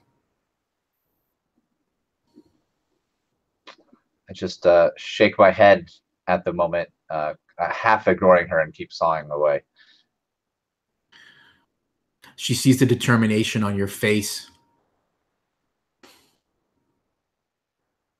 And She rises up and makes her way toward the fire. And Badu. What dreams would Badu have? His memory lost as he finds himself in peaceful dream. So Badu, as he was sleeping, he doesn't dream much, save the last couple weeks that he spent with Wari.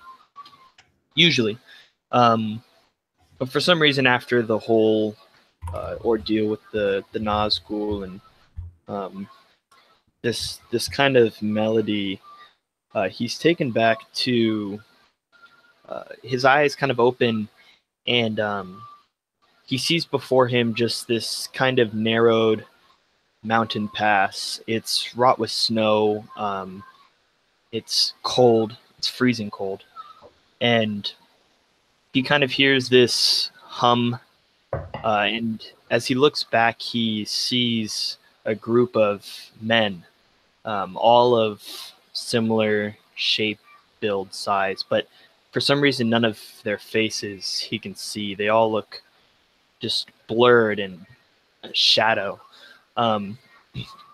He looks back at them, and they're humming this tune. It's familiar to him, but he's not sure why.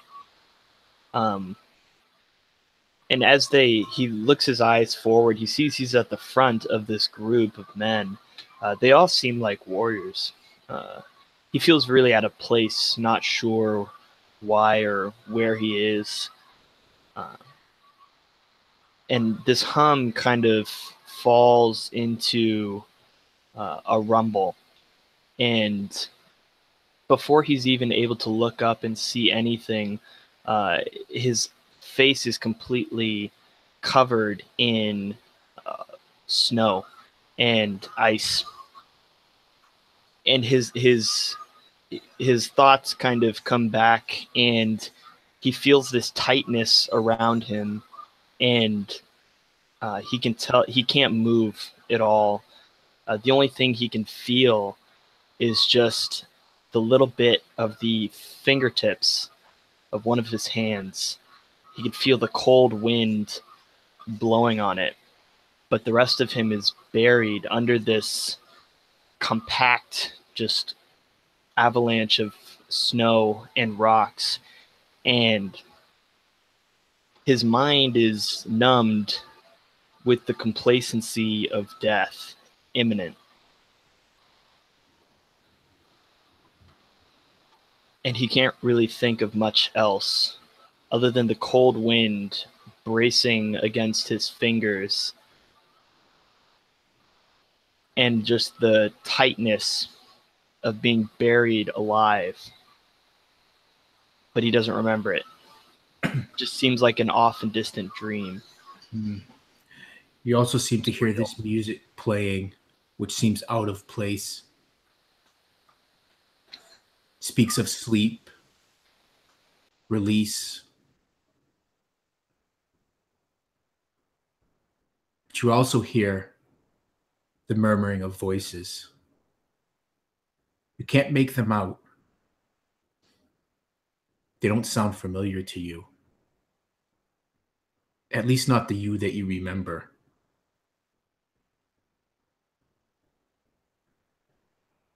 Lily, you're trapped in this sleep. What does Lily the Hobbit dream of? Lily is dreaming of being home in the Shire, of sitting around the hearth with her parents. Dirk is visiting. They're having a great time. They're eating a big meal. They're telling Hobbit stories and jokes about the happenings in the Shire that day. Everything is very peaceful and warm and very comforting. She's just, it's just a very, very warm and pleasant dream. But like the others, Lily, something is off in this dream.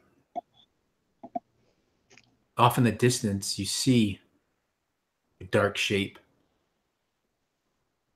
Looks to be a hobbit, but every time you try to move closer to see who it might be, they move away. This is deeply disconcerting to you. It Yeah. goes against how you feel, feeling of warmth and peace, belonging and family. Right. It doesn't seem right that there should be a dark shadow there, a hobbit she doesn't know, something outside of the normal life she's used to living. The warm, happy, cheerful childhood she's had. Yep. Just doesn't seem right. Error 4. A root has found its way to and begun wrapping around your leg. 2 other roots are still clasped tightly around Moira, dragging her unerringly towards this great, large willow tree. It's your turn. Is this root wrapped enough around my leg to restrict my movement, or can I kick it off? You suspect that if you don't do something about this root, it will cinch its way tight around you. All right. Well, because my plan is to move, so I need to know if I can or not. Yeah, you could definitely do that. It'll take half your movement. We'll treat it as difficult terrain for right now, as you kind of pull yourself free of this root. It's not worth it then. I'm gonna cut at it. For Okay. 18. Yeah.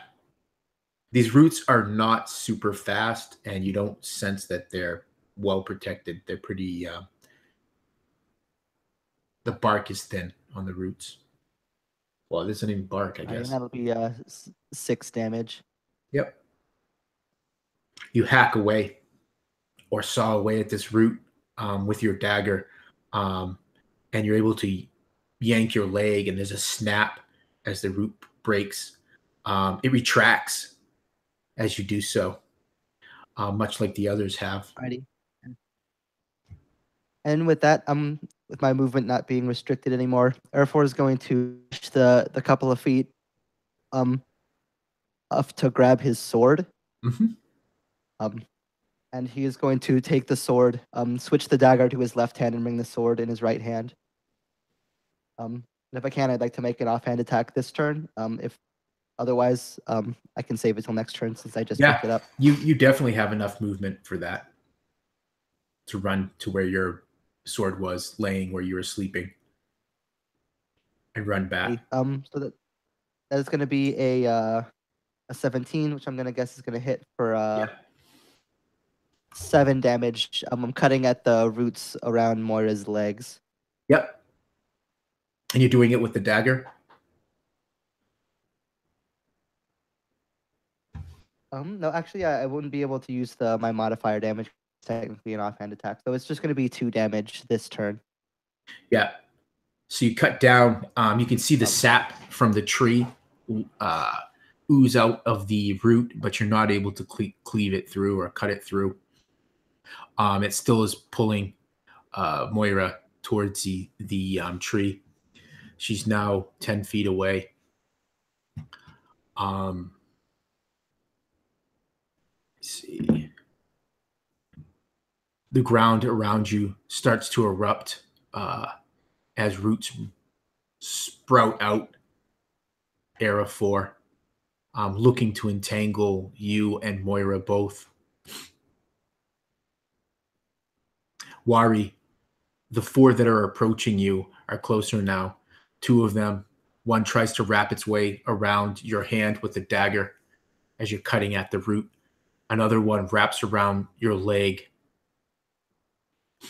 2 more are trailing after Barrel Ass by the fire.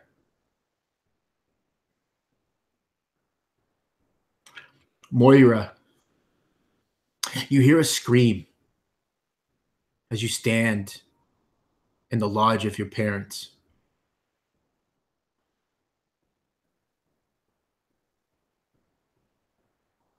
You turn to look, and you see your brother standing behind you, trail of blood running down his forehead, across the bridge of his nose, down his lips to drip off of his chin onto the floor. He looks confused, though his eyes look at you in judgment.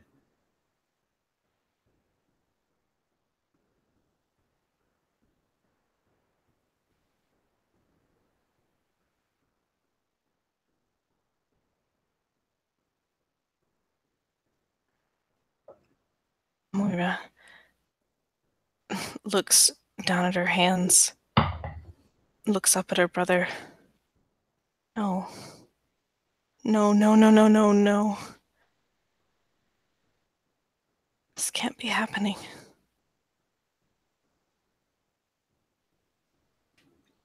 You hear your mother wail. You see your father grab her before she collapses. He looks at you with that stern gaze, the gaze of a warrior, the gaze of a disappointed father. What have you done?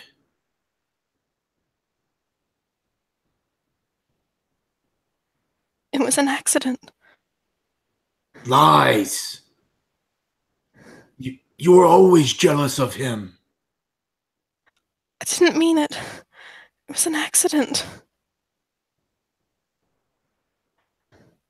Your brother falls to his knees. He looks at you pleadingly. One of his hands, he's touched his forehead, dazed by the blood, his own blood that he sees upon it.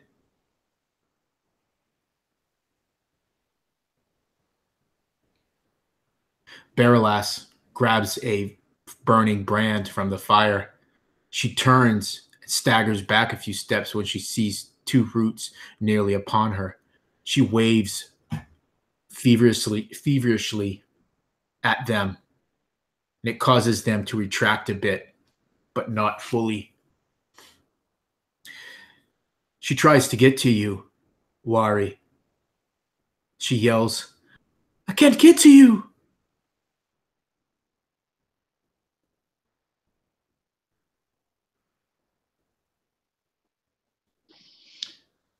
Badu, you're still trapped under an enormous weight of ice and snow. You hear those voices mumbling. One of them says, "I think they're all dead. Look at them. Many are frozen. Hard to pick them apart from the snow."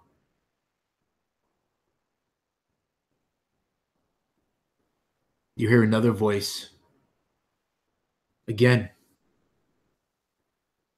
you don't think you should know it, but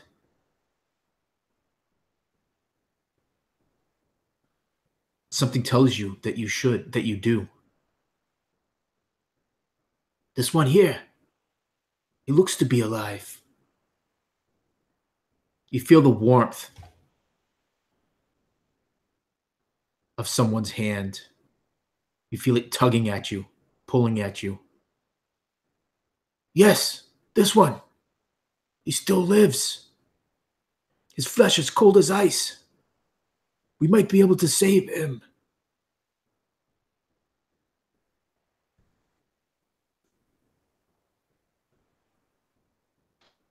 And for Badu, as he heard these voices speaking, it was very distant to him. It was muffled under the snow and ice. And it's only when he feels the warmth of another body, another hand grasping at his, and the little bit of his forearm that stuck out, that he really comes to and recognizes that there's something there. And as he feels it pull and tug, you can feel himself kind of shift in the snow. He must have been lucky to be on the outskirts of the avalanche. The rest of his men probably dead. Not that he'd remember any of them anyways.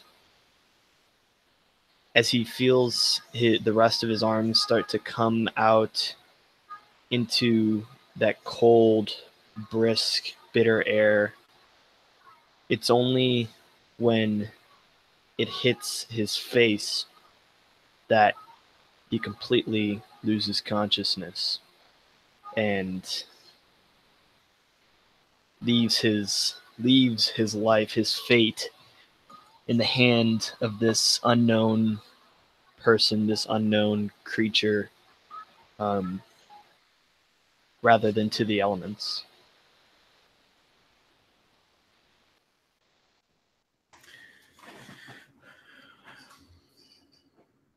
People are laughing, eating, drinking. It's a happy occasion, Lily. But you don't feel that way anymore. You have been harried by this shadowed figure that you can't seem to recognize or recollect. Several minutes now you've looked for it, but it's gone. You hear the laughter of your friend, Dirk. It was Dirk, right? Yep. Okay, perfect. I had this moment of doubt. I was like, wait a second, is that the right name? And you skip along and find him out in the garden. You see him sitting beside this shadowed figure. And as you get closer, you notice it's another hobbit. They're holding hands, leaning in close to one another.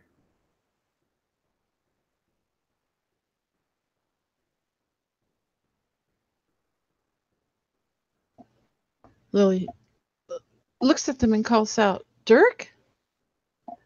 Who's there with you? Suddenly afraid. Suddenly everything doesn't seem right at all. And she doesn't really know what's going on. Dirk slowly turns his head and smiles at you. He says, oh, Lily. You know Maribel, my betrothed? And you feel this coldness in your heart. And it just wraps around you. And you feel yourself, it's though it's hard to breathe. Arafor, being trained as a ranger, you're ever vigilant. So as you fight to free Moira from these roots, you see the hobbit, Lily, is mere feet away from being dragged underneath this great willow. Badu, only maybe half that distance, maybe 6 feet from the tree himself. It's your turn. So if I've been keeping proper track, is it for right now from the roots? Yeah, Moira's probably a little bit further out now because you've been hacking at these roots. So she's about 9 feet away. Lily's just a few feet away. Like I would probably say her little hobbit feet are like just at the edge of this like this precipice that has been created by this tree rising up, and that's where the roots are pulling her. And Badu is probably about 5-6 feet away, but he's a much larger man. And you now see Isfael, and that horse is a good dozen feet. The roots are pulling a much larger beast, so they're not pulling her quite as quickly as the others. Air Force seeing her at least temporarily in okay shape. As he kind of glances around, seeing Lily so close, huffing from the exhaustion and from her and the adrenaline of battle. Just, the end. It can't be the end. And he is just going to within a run jump the branches that are pulling at Lily. It's one with the sword and one dagger, both of which are going to hit 9 damage and then 7 damage. Yeah. Just to make it a little bit more expedient, I put the AC and hit points in there so you can just narrate what happens after your rolls if you'd like. Yeah. Yeah, just whatever roots is between her and the tree, Arafor is just going to start hacking just with the and then knife. You bring your sword down with a mighty blow, cleaving through 2 of the roots cleanly. The dagger's not quite so clean because it's just a lighter weapon, and the roots, even though softer than the exterior of the tree, are still fairly resistant to the smaller blade, but you're still able to cut another of these roots free. So there's this one root still dragging the hobbit towards this towards this dark precipice, and you can almost hear this hungry sound emanating from the darkness. Arafor.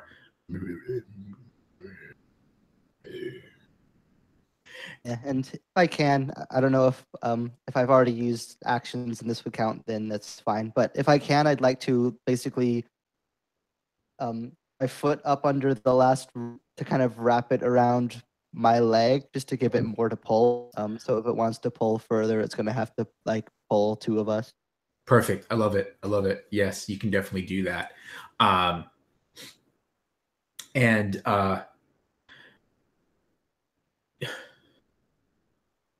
As you look over to Moira, you see another root has wrapped around her, and it's aiding the other to drag her basically towards you now, Arafor. And Wari, you see Barrowlass waving this fiery stick, this makeshift torch at the 2 roots, and it seems to be keeping them at bay, but it's slowing her progress to getting to you. You now have these 2 roots, one trying to wrap its way tightly around your arm, and the other securing its way around your leg. I wasn't sure if I got to go last turn or not, so I just stayed quiet. Oh, sorry. Did I skip you? I think so. So this will be helpful for you then, because you'll get 2 turns now. Okay. But I was just going to continue hacking away at the roots on my legs, and as soon as they were free, I was probably going to... why don't you give me that roll first? We can retcon, and maybe the one at your leg won't be attached to your leg. It'll be just the one that's trying to wrap itself around your arm. Okay. Nat 20. Yeah, you cut through that, and because it's a nat 20, I would say that you probably can wrench your arm free. So at this point in the action, Wari has a couple of new roots that are trying to get to him, and they will shortly. But you, at this present moment, you don't have any entangling you. You have 2 that are almost to Barrowlass, or that Barrowlass is keeping at bay. You see Arafor has almost freed Lily. You see Badu is near, a few feet behind Lily, getting dragged in, and you see at least 2 or 3 roots pulling him, and you see Moira being pulled by 2 roots as well. Okay, I'm also at half speed because of my exhaustion, so I would like to see if I could take a few steps and grab, like Arafor did, grab my short sword instead of my dagger. And you're still by your bedroll. You hadn't been dragged as far because you woke up. Okay. You woke up in time. Sweet. So yeah, your sword is right near you. Maybe you scramble a couple of feet, but yeah. So I scramble a couple of feet and grab my short sword, and then head toward Barrowlass and the fire as well. See if I can help get her free and/or grab a lit branch. Yep, you can definitely get there. You can grab a branch, and you see some relief on her face as you get free and come towards her and grab the burning brand. All right, Moira, you're still in this dream. What was once a pleasant, happy homecoming.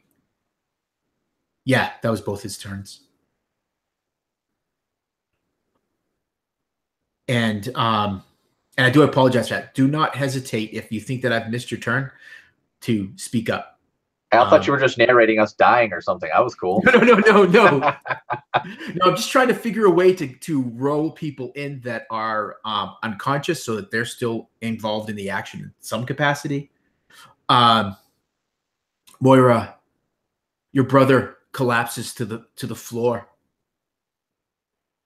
Your mother just screeches. You hear your dad, your father, yelling for aid.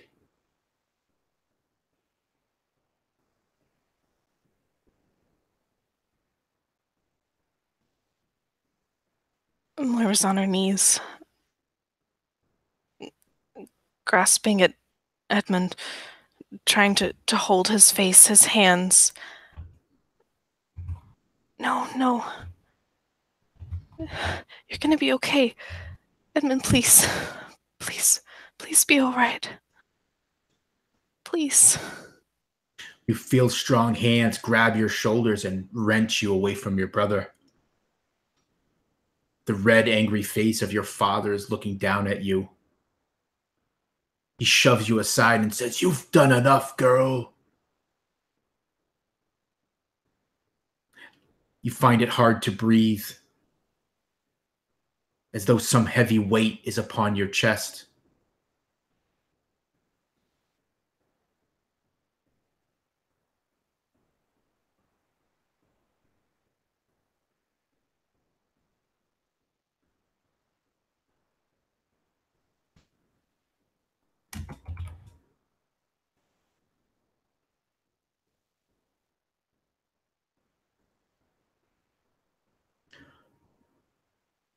Baralas.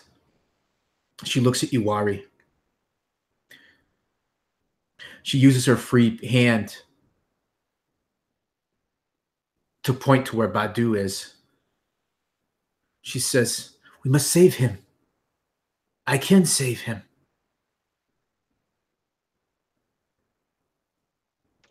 Sorry, did you say she said she can't or can? Can. She goes, "I can save him." And her free hand comes now to rest at her chest. No. Baralas, you know not to do that. But I have the power to do it. You know I do. At what else cost? You know what that thing does?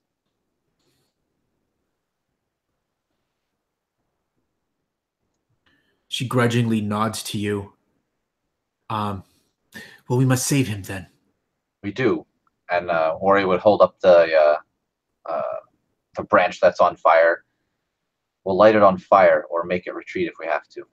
Yeah, and she jabs at the roots with her burning brand, and she manages to burn it a little bit, and it retracts some, but it gives way, and she starts to make her way to Badu.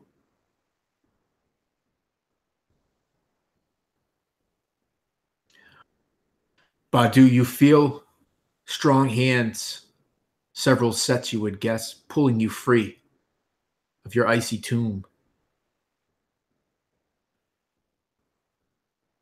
You hear their voices, their conversation. But even though you've been freed from this avalanche, you still can't breathe. It's as though the weight of it is still crushing you, pulling tight. You feel it tight across your legs, your chest, your arm.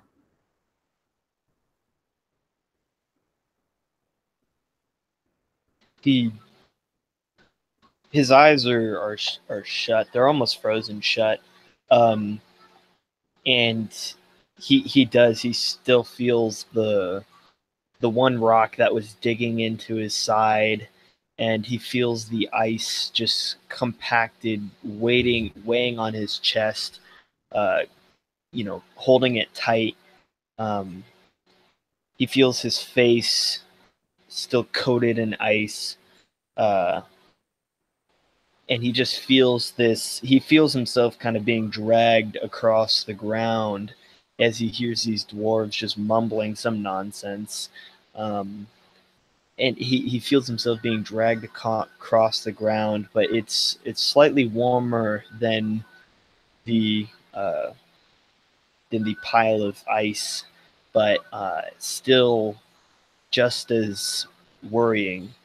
And he doesn't know whether he's going to live or die. And there's not too much of him that really knows which would be better.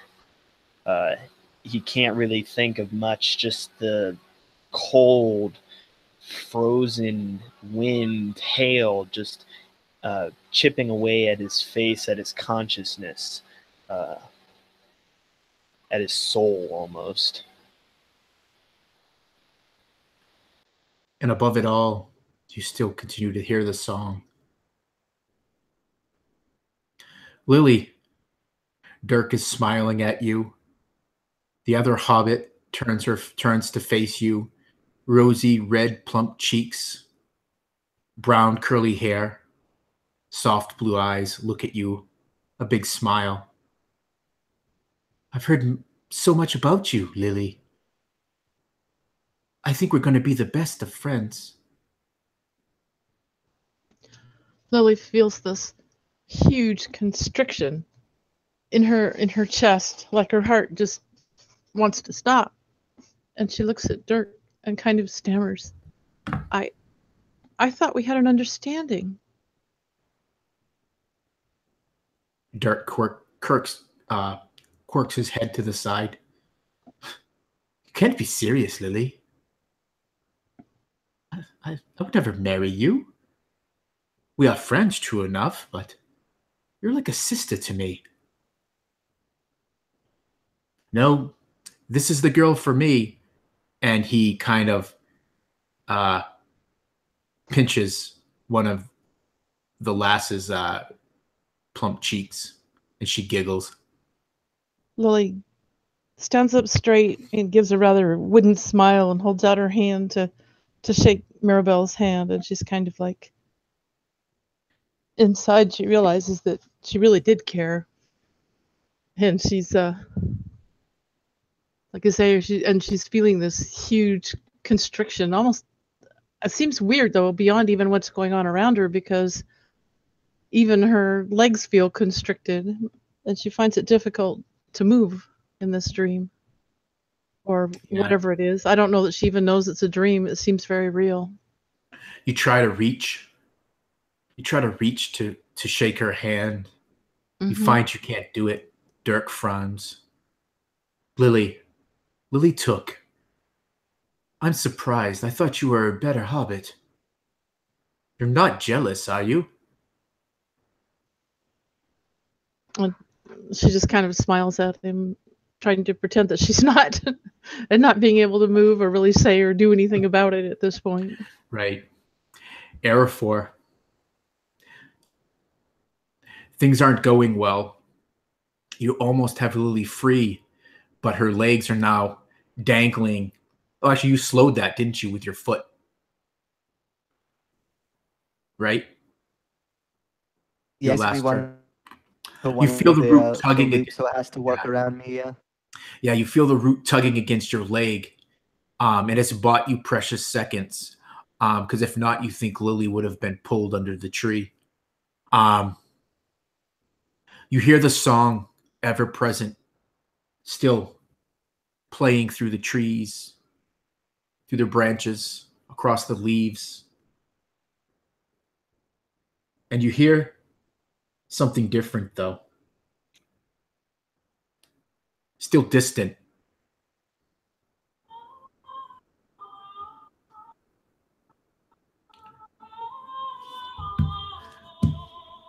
But it's raising in volume. You see a glow off in the distance. A white glow.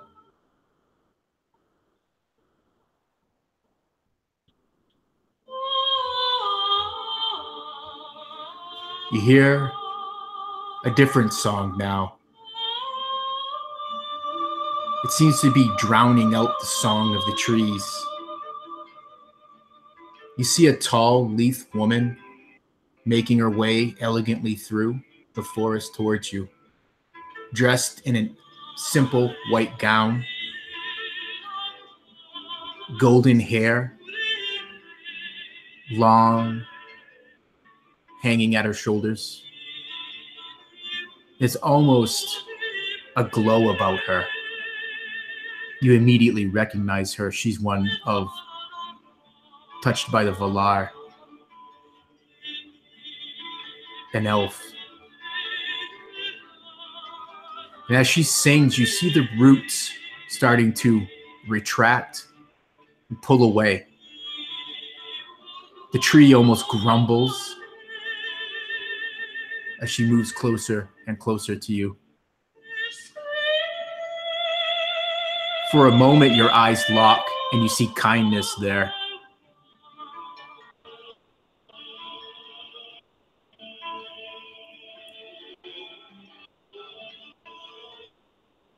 And the forest around you almost seems to join in her song.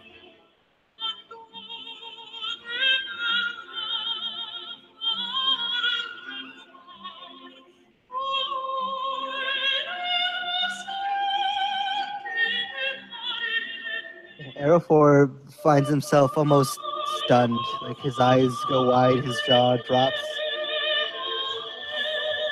And his sword just loosely in his hand, barely even keeping a grip on it. And I think he would actually like go away and seeing this woman approaching in a relief or something else, he would fall to his knees. And as her song slowly ends, you hear the final groan of the tree as it returns back to the earth. She walks up to you and places a warm hand on your shoulder. She kneels down next to you. Worry not, Ranger. You are safe now. I'm one called Goodberry.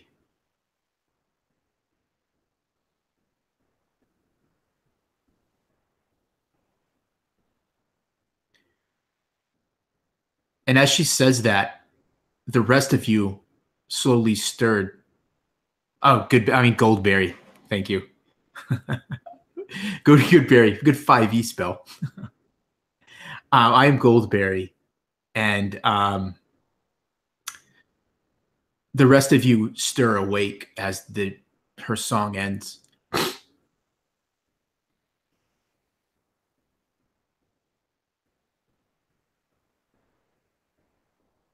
For Badu, he still feels that constriction, but it seems like it's loosening. His chest is able to, compress freely.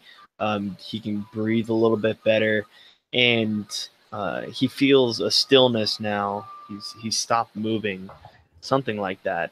He wants to open his eyes and see what's going on, but he's so tired. He's just so exhausted. And then it's just then that he feels a hand smack onto his face, and he opens his eyes, and there's Wari's bearded face. And then he opens his eyes again, and he's in the forest. And he kind of sits up with a start, and kind of looks around to see what's going on. And Lily kind of wakes up very disoriented. Where am I? What happened? And she's just like totally confused and distraught, wondering what happened to Dirk, and remembering, and then wondering what was going on. And she sees the elf, and Lily loves elves, and she's just awestruck by the elf and her beauty. And she kind of stammers it and gives a bow to the elf. Thank you. I really don't know what happened. She smiles at you and nods, but says nothing.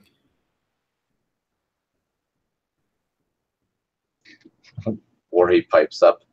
I'll probably tell you what happened. This is all elf magics, these trees and stuff.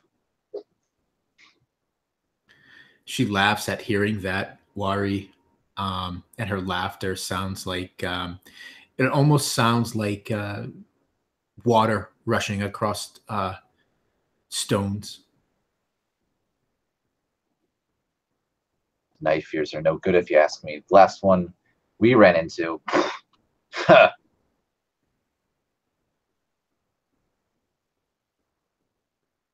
And Badu is now sitting up, and he's kind of like just coming into this really late, really confused. And he, as Wari mentions, the elf that they had ran into on the path, he kind of points to him, still groggy, and he says, Oh, was that the pretty boy? Yeah. I assure you, Mind I your am manners, no boy. dwarf. I This assure you, woman I has am saved no our boy. lives.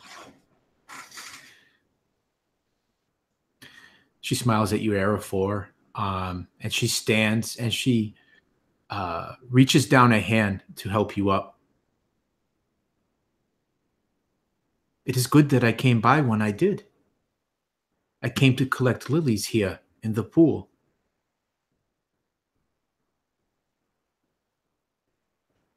At that, Lily gives a shaky laugh. She goes, Lilies? I'm Lily. Lily Took. Well, it seemed that I collecting a lily that I did not expect. And she smiles at your at the coincidence. Lily's becoming a little more awake, and then she gives a bow. She says, I study herbs too.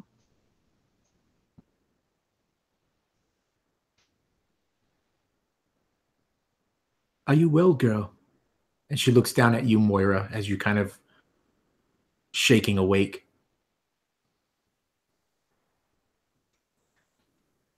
Moira has tears streaming down her cheeks, and she doesn't bother to try and check them.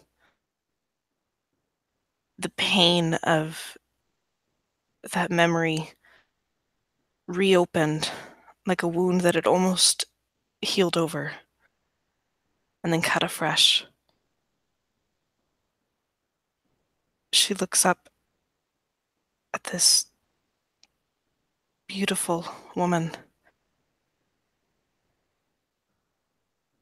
No. She frowns.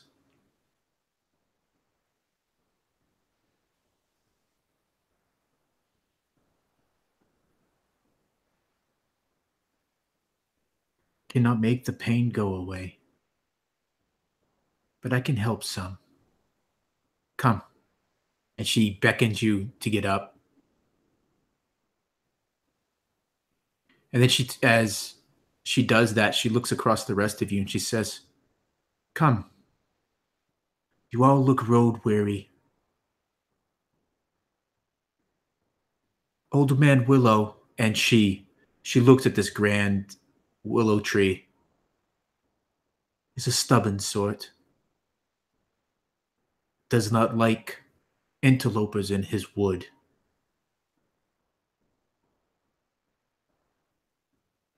Better we leave him to his bitterness.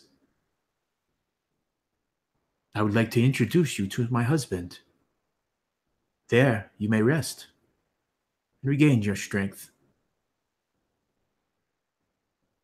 And Badu had at this point propped himself up, sitting against this tree that, unbeknownst to him, just tried to eat him and all of his friends.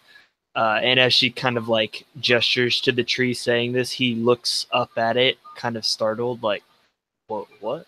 And like slowly moves away and gets up and starts to head over towards the camp.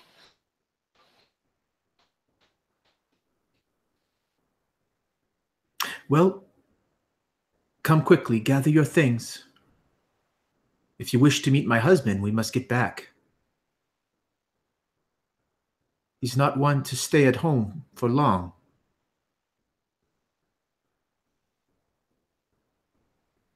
And when she says that, she turns and starts to walk back the way she had come, back along the river. Lily is entranced by this beautiful elf, and she just grabs her stuff and starts following her. She doesn't even really think about the other people. She's still somewhat disoriented.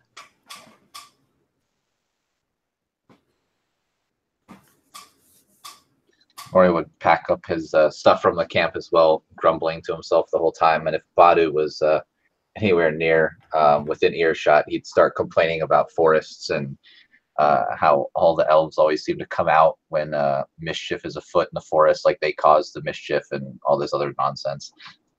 You would hear Barrow ask. She would whisper in your ear, agreement. Crafters of the rings they are. Bringers of this sorrow are just a few of the things she whispers. And Badu's like he's still like just waking up and just kind of like grabs his stuff but doesn't really pack it properly. Like he just kind of grabs it and is carrying it. And as he walks past Wari, he kind of hears him making these comments and he goes, "Oi, I bet you they make all them rivers too." Just like a bit of a jab. I don't think Wari would have laughed in character, but he definitely gives you a stern look.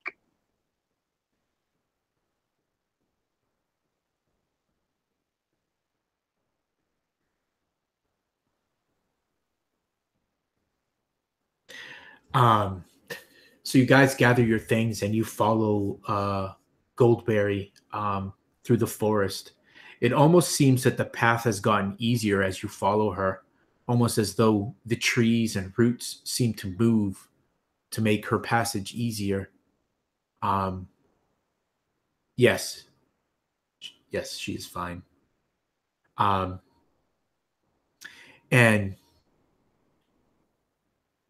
probably about an hour or so later, she leads you to this stone bridge that spans the river and leads you across it. And nestled up on a hill is a small cottage. You see smoke rising up from the chimney, so a soft, warm glow from the windows. And she stops and just for a moment and turns to you and says, "Welcome to our home. Tom will be so pleased to have visitors." And she turns and makes her way to the door.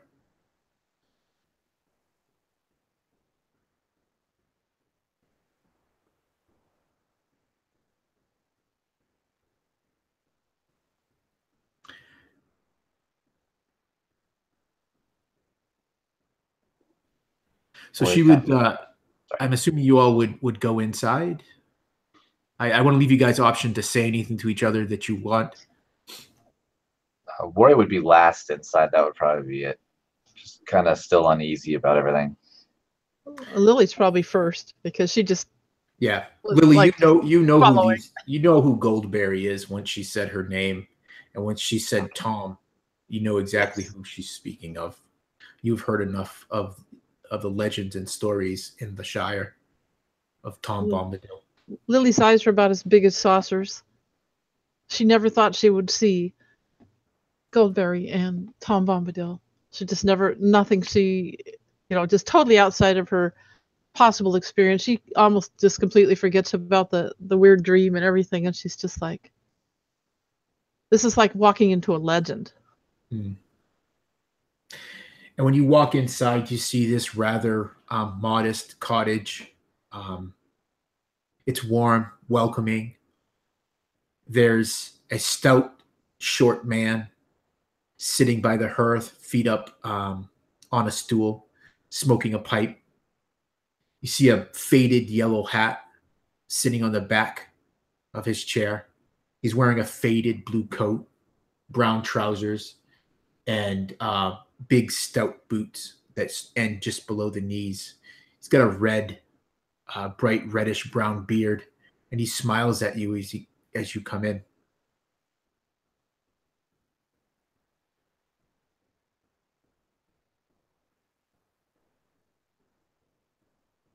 Badu probably followed in right after Lily.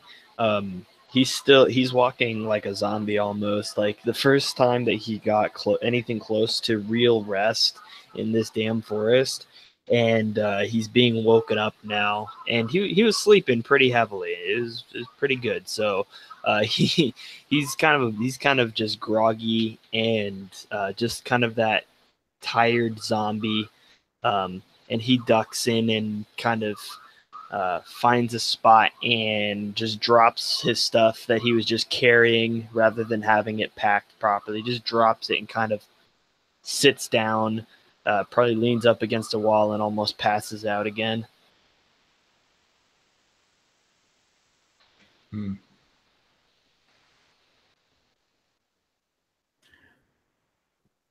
Or he would probably be taking in the sights, like just finding out what the heck this guy's about. And I'm assuming he doesn't look like an elf to worry. No, he looks human, maybe a little bit shorter.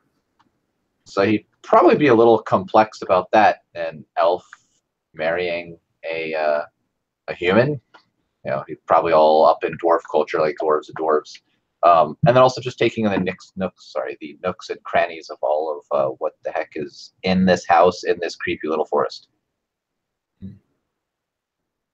He smiles at you all as you come in.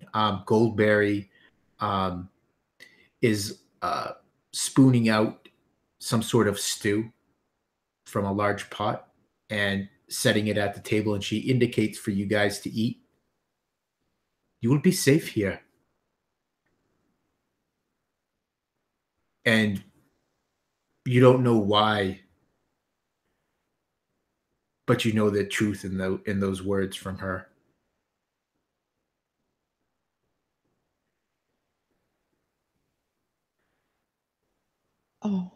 Oh, Goldberry, we are so tired. We've had no rest for days.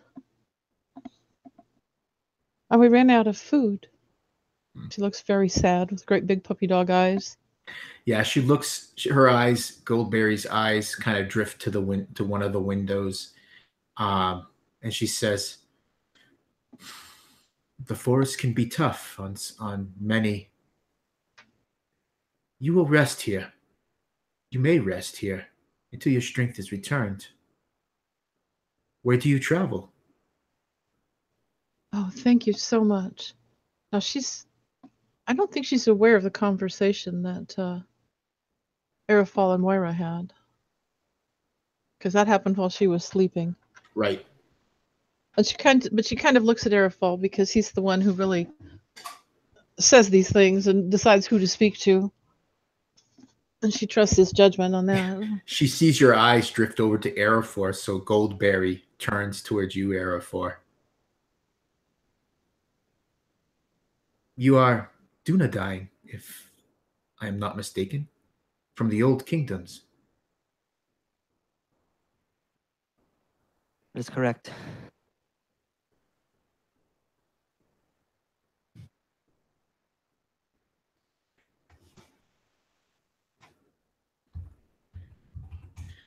And Tom, you hear the thump of his boots as he stands up.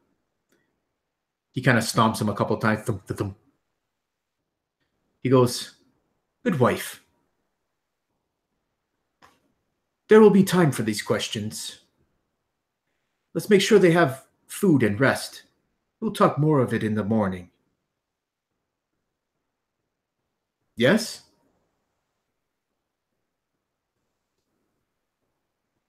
As soon as Goldberry had said that they could rest there, Badu was already like head down, hanging, passed out, leaned up against the wall. Perfect. Oh, well, thank you, good sir, for the hospitality. We will gladly take food and rest. And Jorge kind of just like sort of does the same thing as Badu, just starts unpacking his stuff and finding a place to sit down. And you would be welcome to spend the rest of the evening at Goldberry's and Tom's cottage. And you would sleep pretty heavily and soundly Probably the first time for some of you, days since. And it's late morning before the first of you wakes up. But when you wake up, you feel refreshed. And everyone can remove a level of exhaustion. Yes. And let me see. Thank you. Thank you. Moira, you're the first to awaken. It's probably a training as a Rohirrim. You must care for your horse. And as you stir, you find the smiling face of Tom standing near you.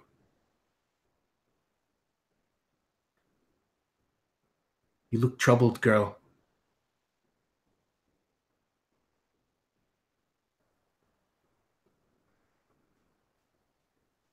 We've not had an easy road. I can see it. It's written across all of your faces. But you and her, and even that one there, seem to be troubled more. But worry not. And he puts a calloused, warm hand onto yours, and he says, worry not. Those things cannot touch you here. You are safe with good old Tom. And he smiles at you in his big, broad smile. You have a beautiful horse. Oh, thank you. I must see to her. And he smiles and nods approvingly. And the session will end with Moira stepping out the front door to take care of her companion and friend, Isfael. Thank you, guys. That was a great session. No, it was not a cliffhanger, Carol. Not every game has to be a cliffhanger. Actually, every game shouldn't be a cliffhanger, or else it's gonna lose its oomph. So, what level of exhaustion are people at right now? Lily's back to 0. You're at 0. Okay, perfect. Me and Sean are at 1. Okay. And you guys are at 0 too, right? I'm back to 0, yeah. Perfect. Perfect. I'll go So you guys are welcome to stay at Tom's for an additional day or as many days as you'd like.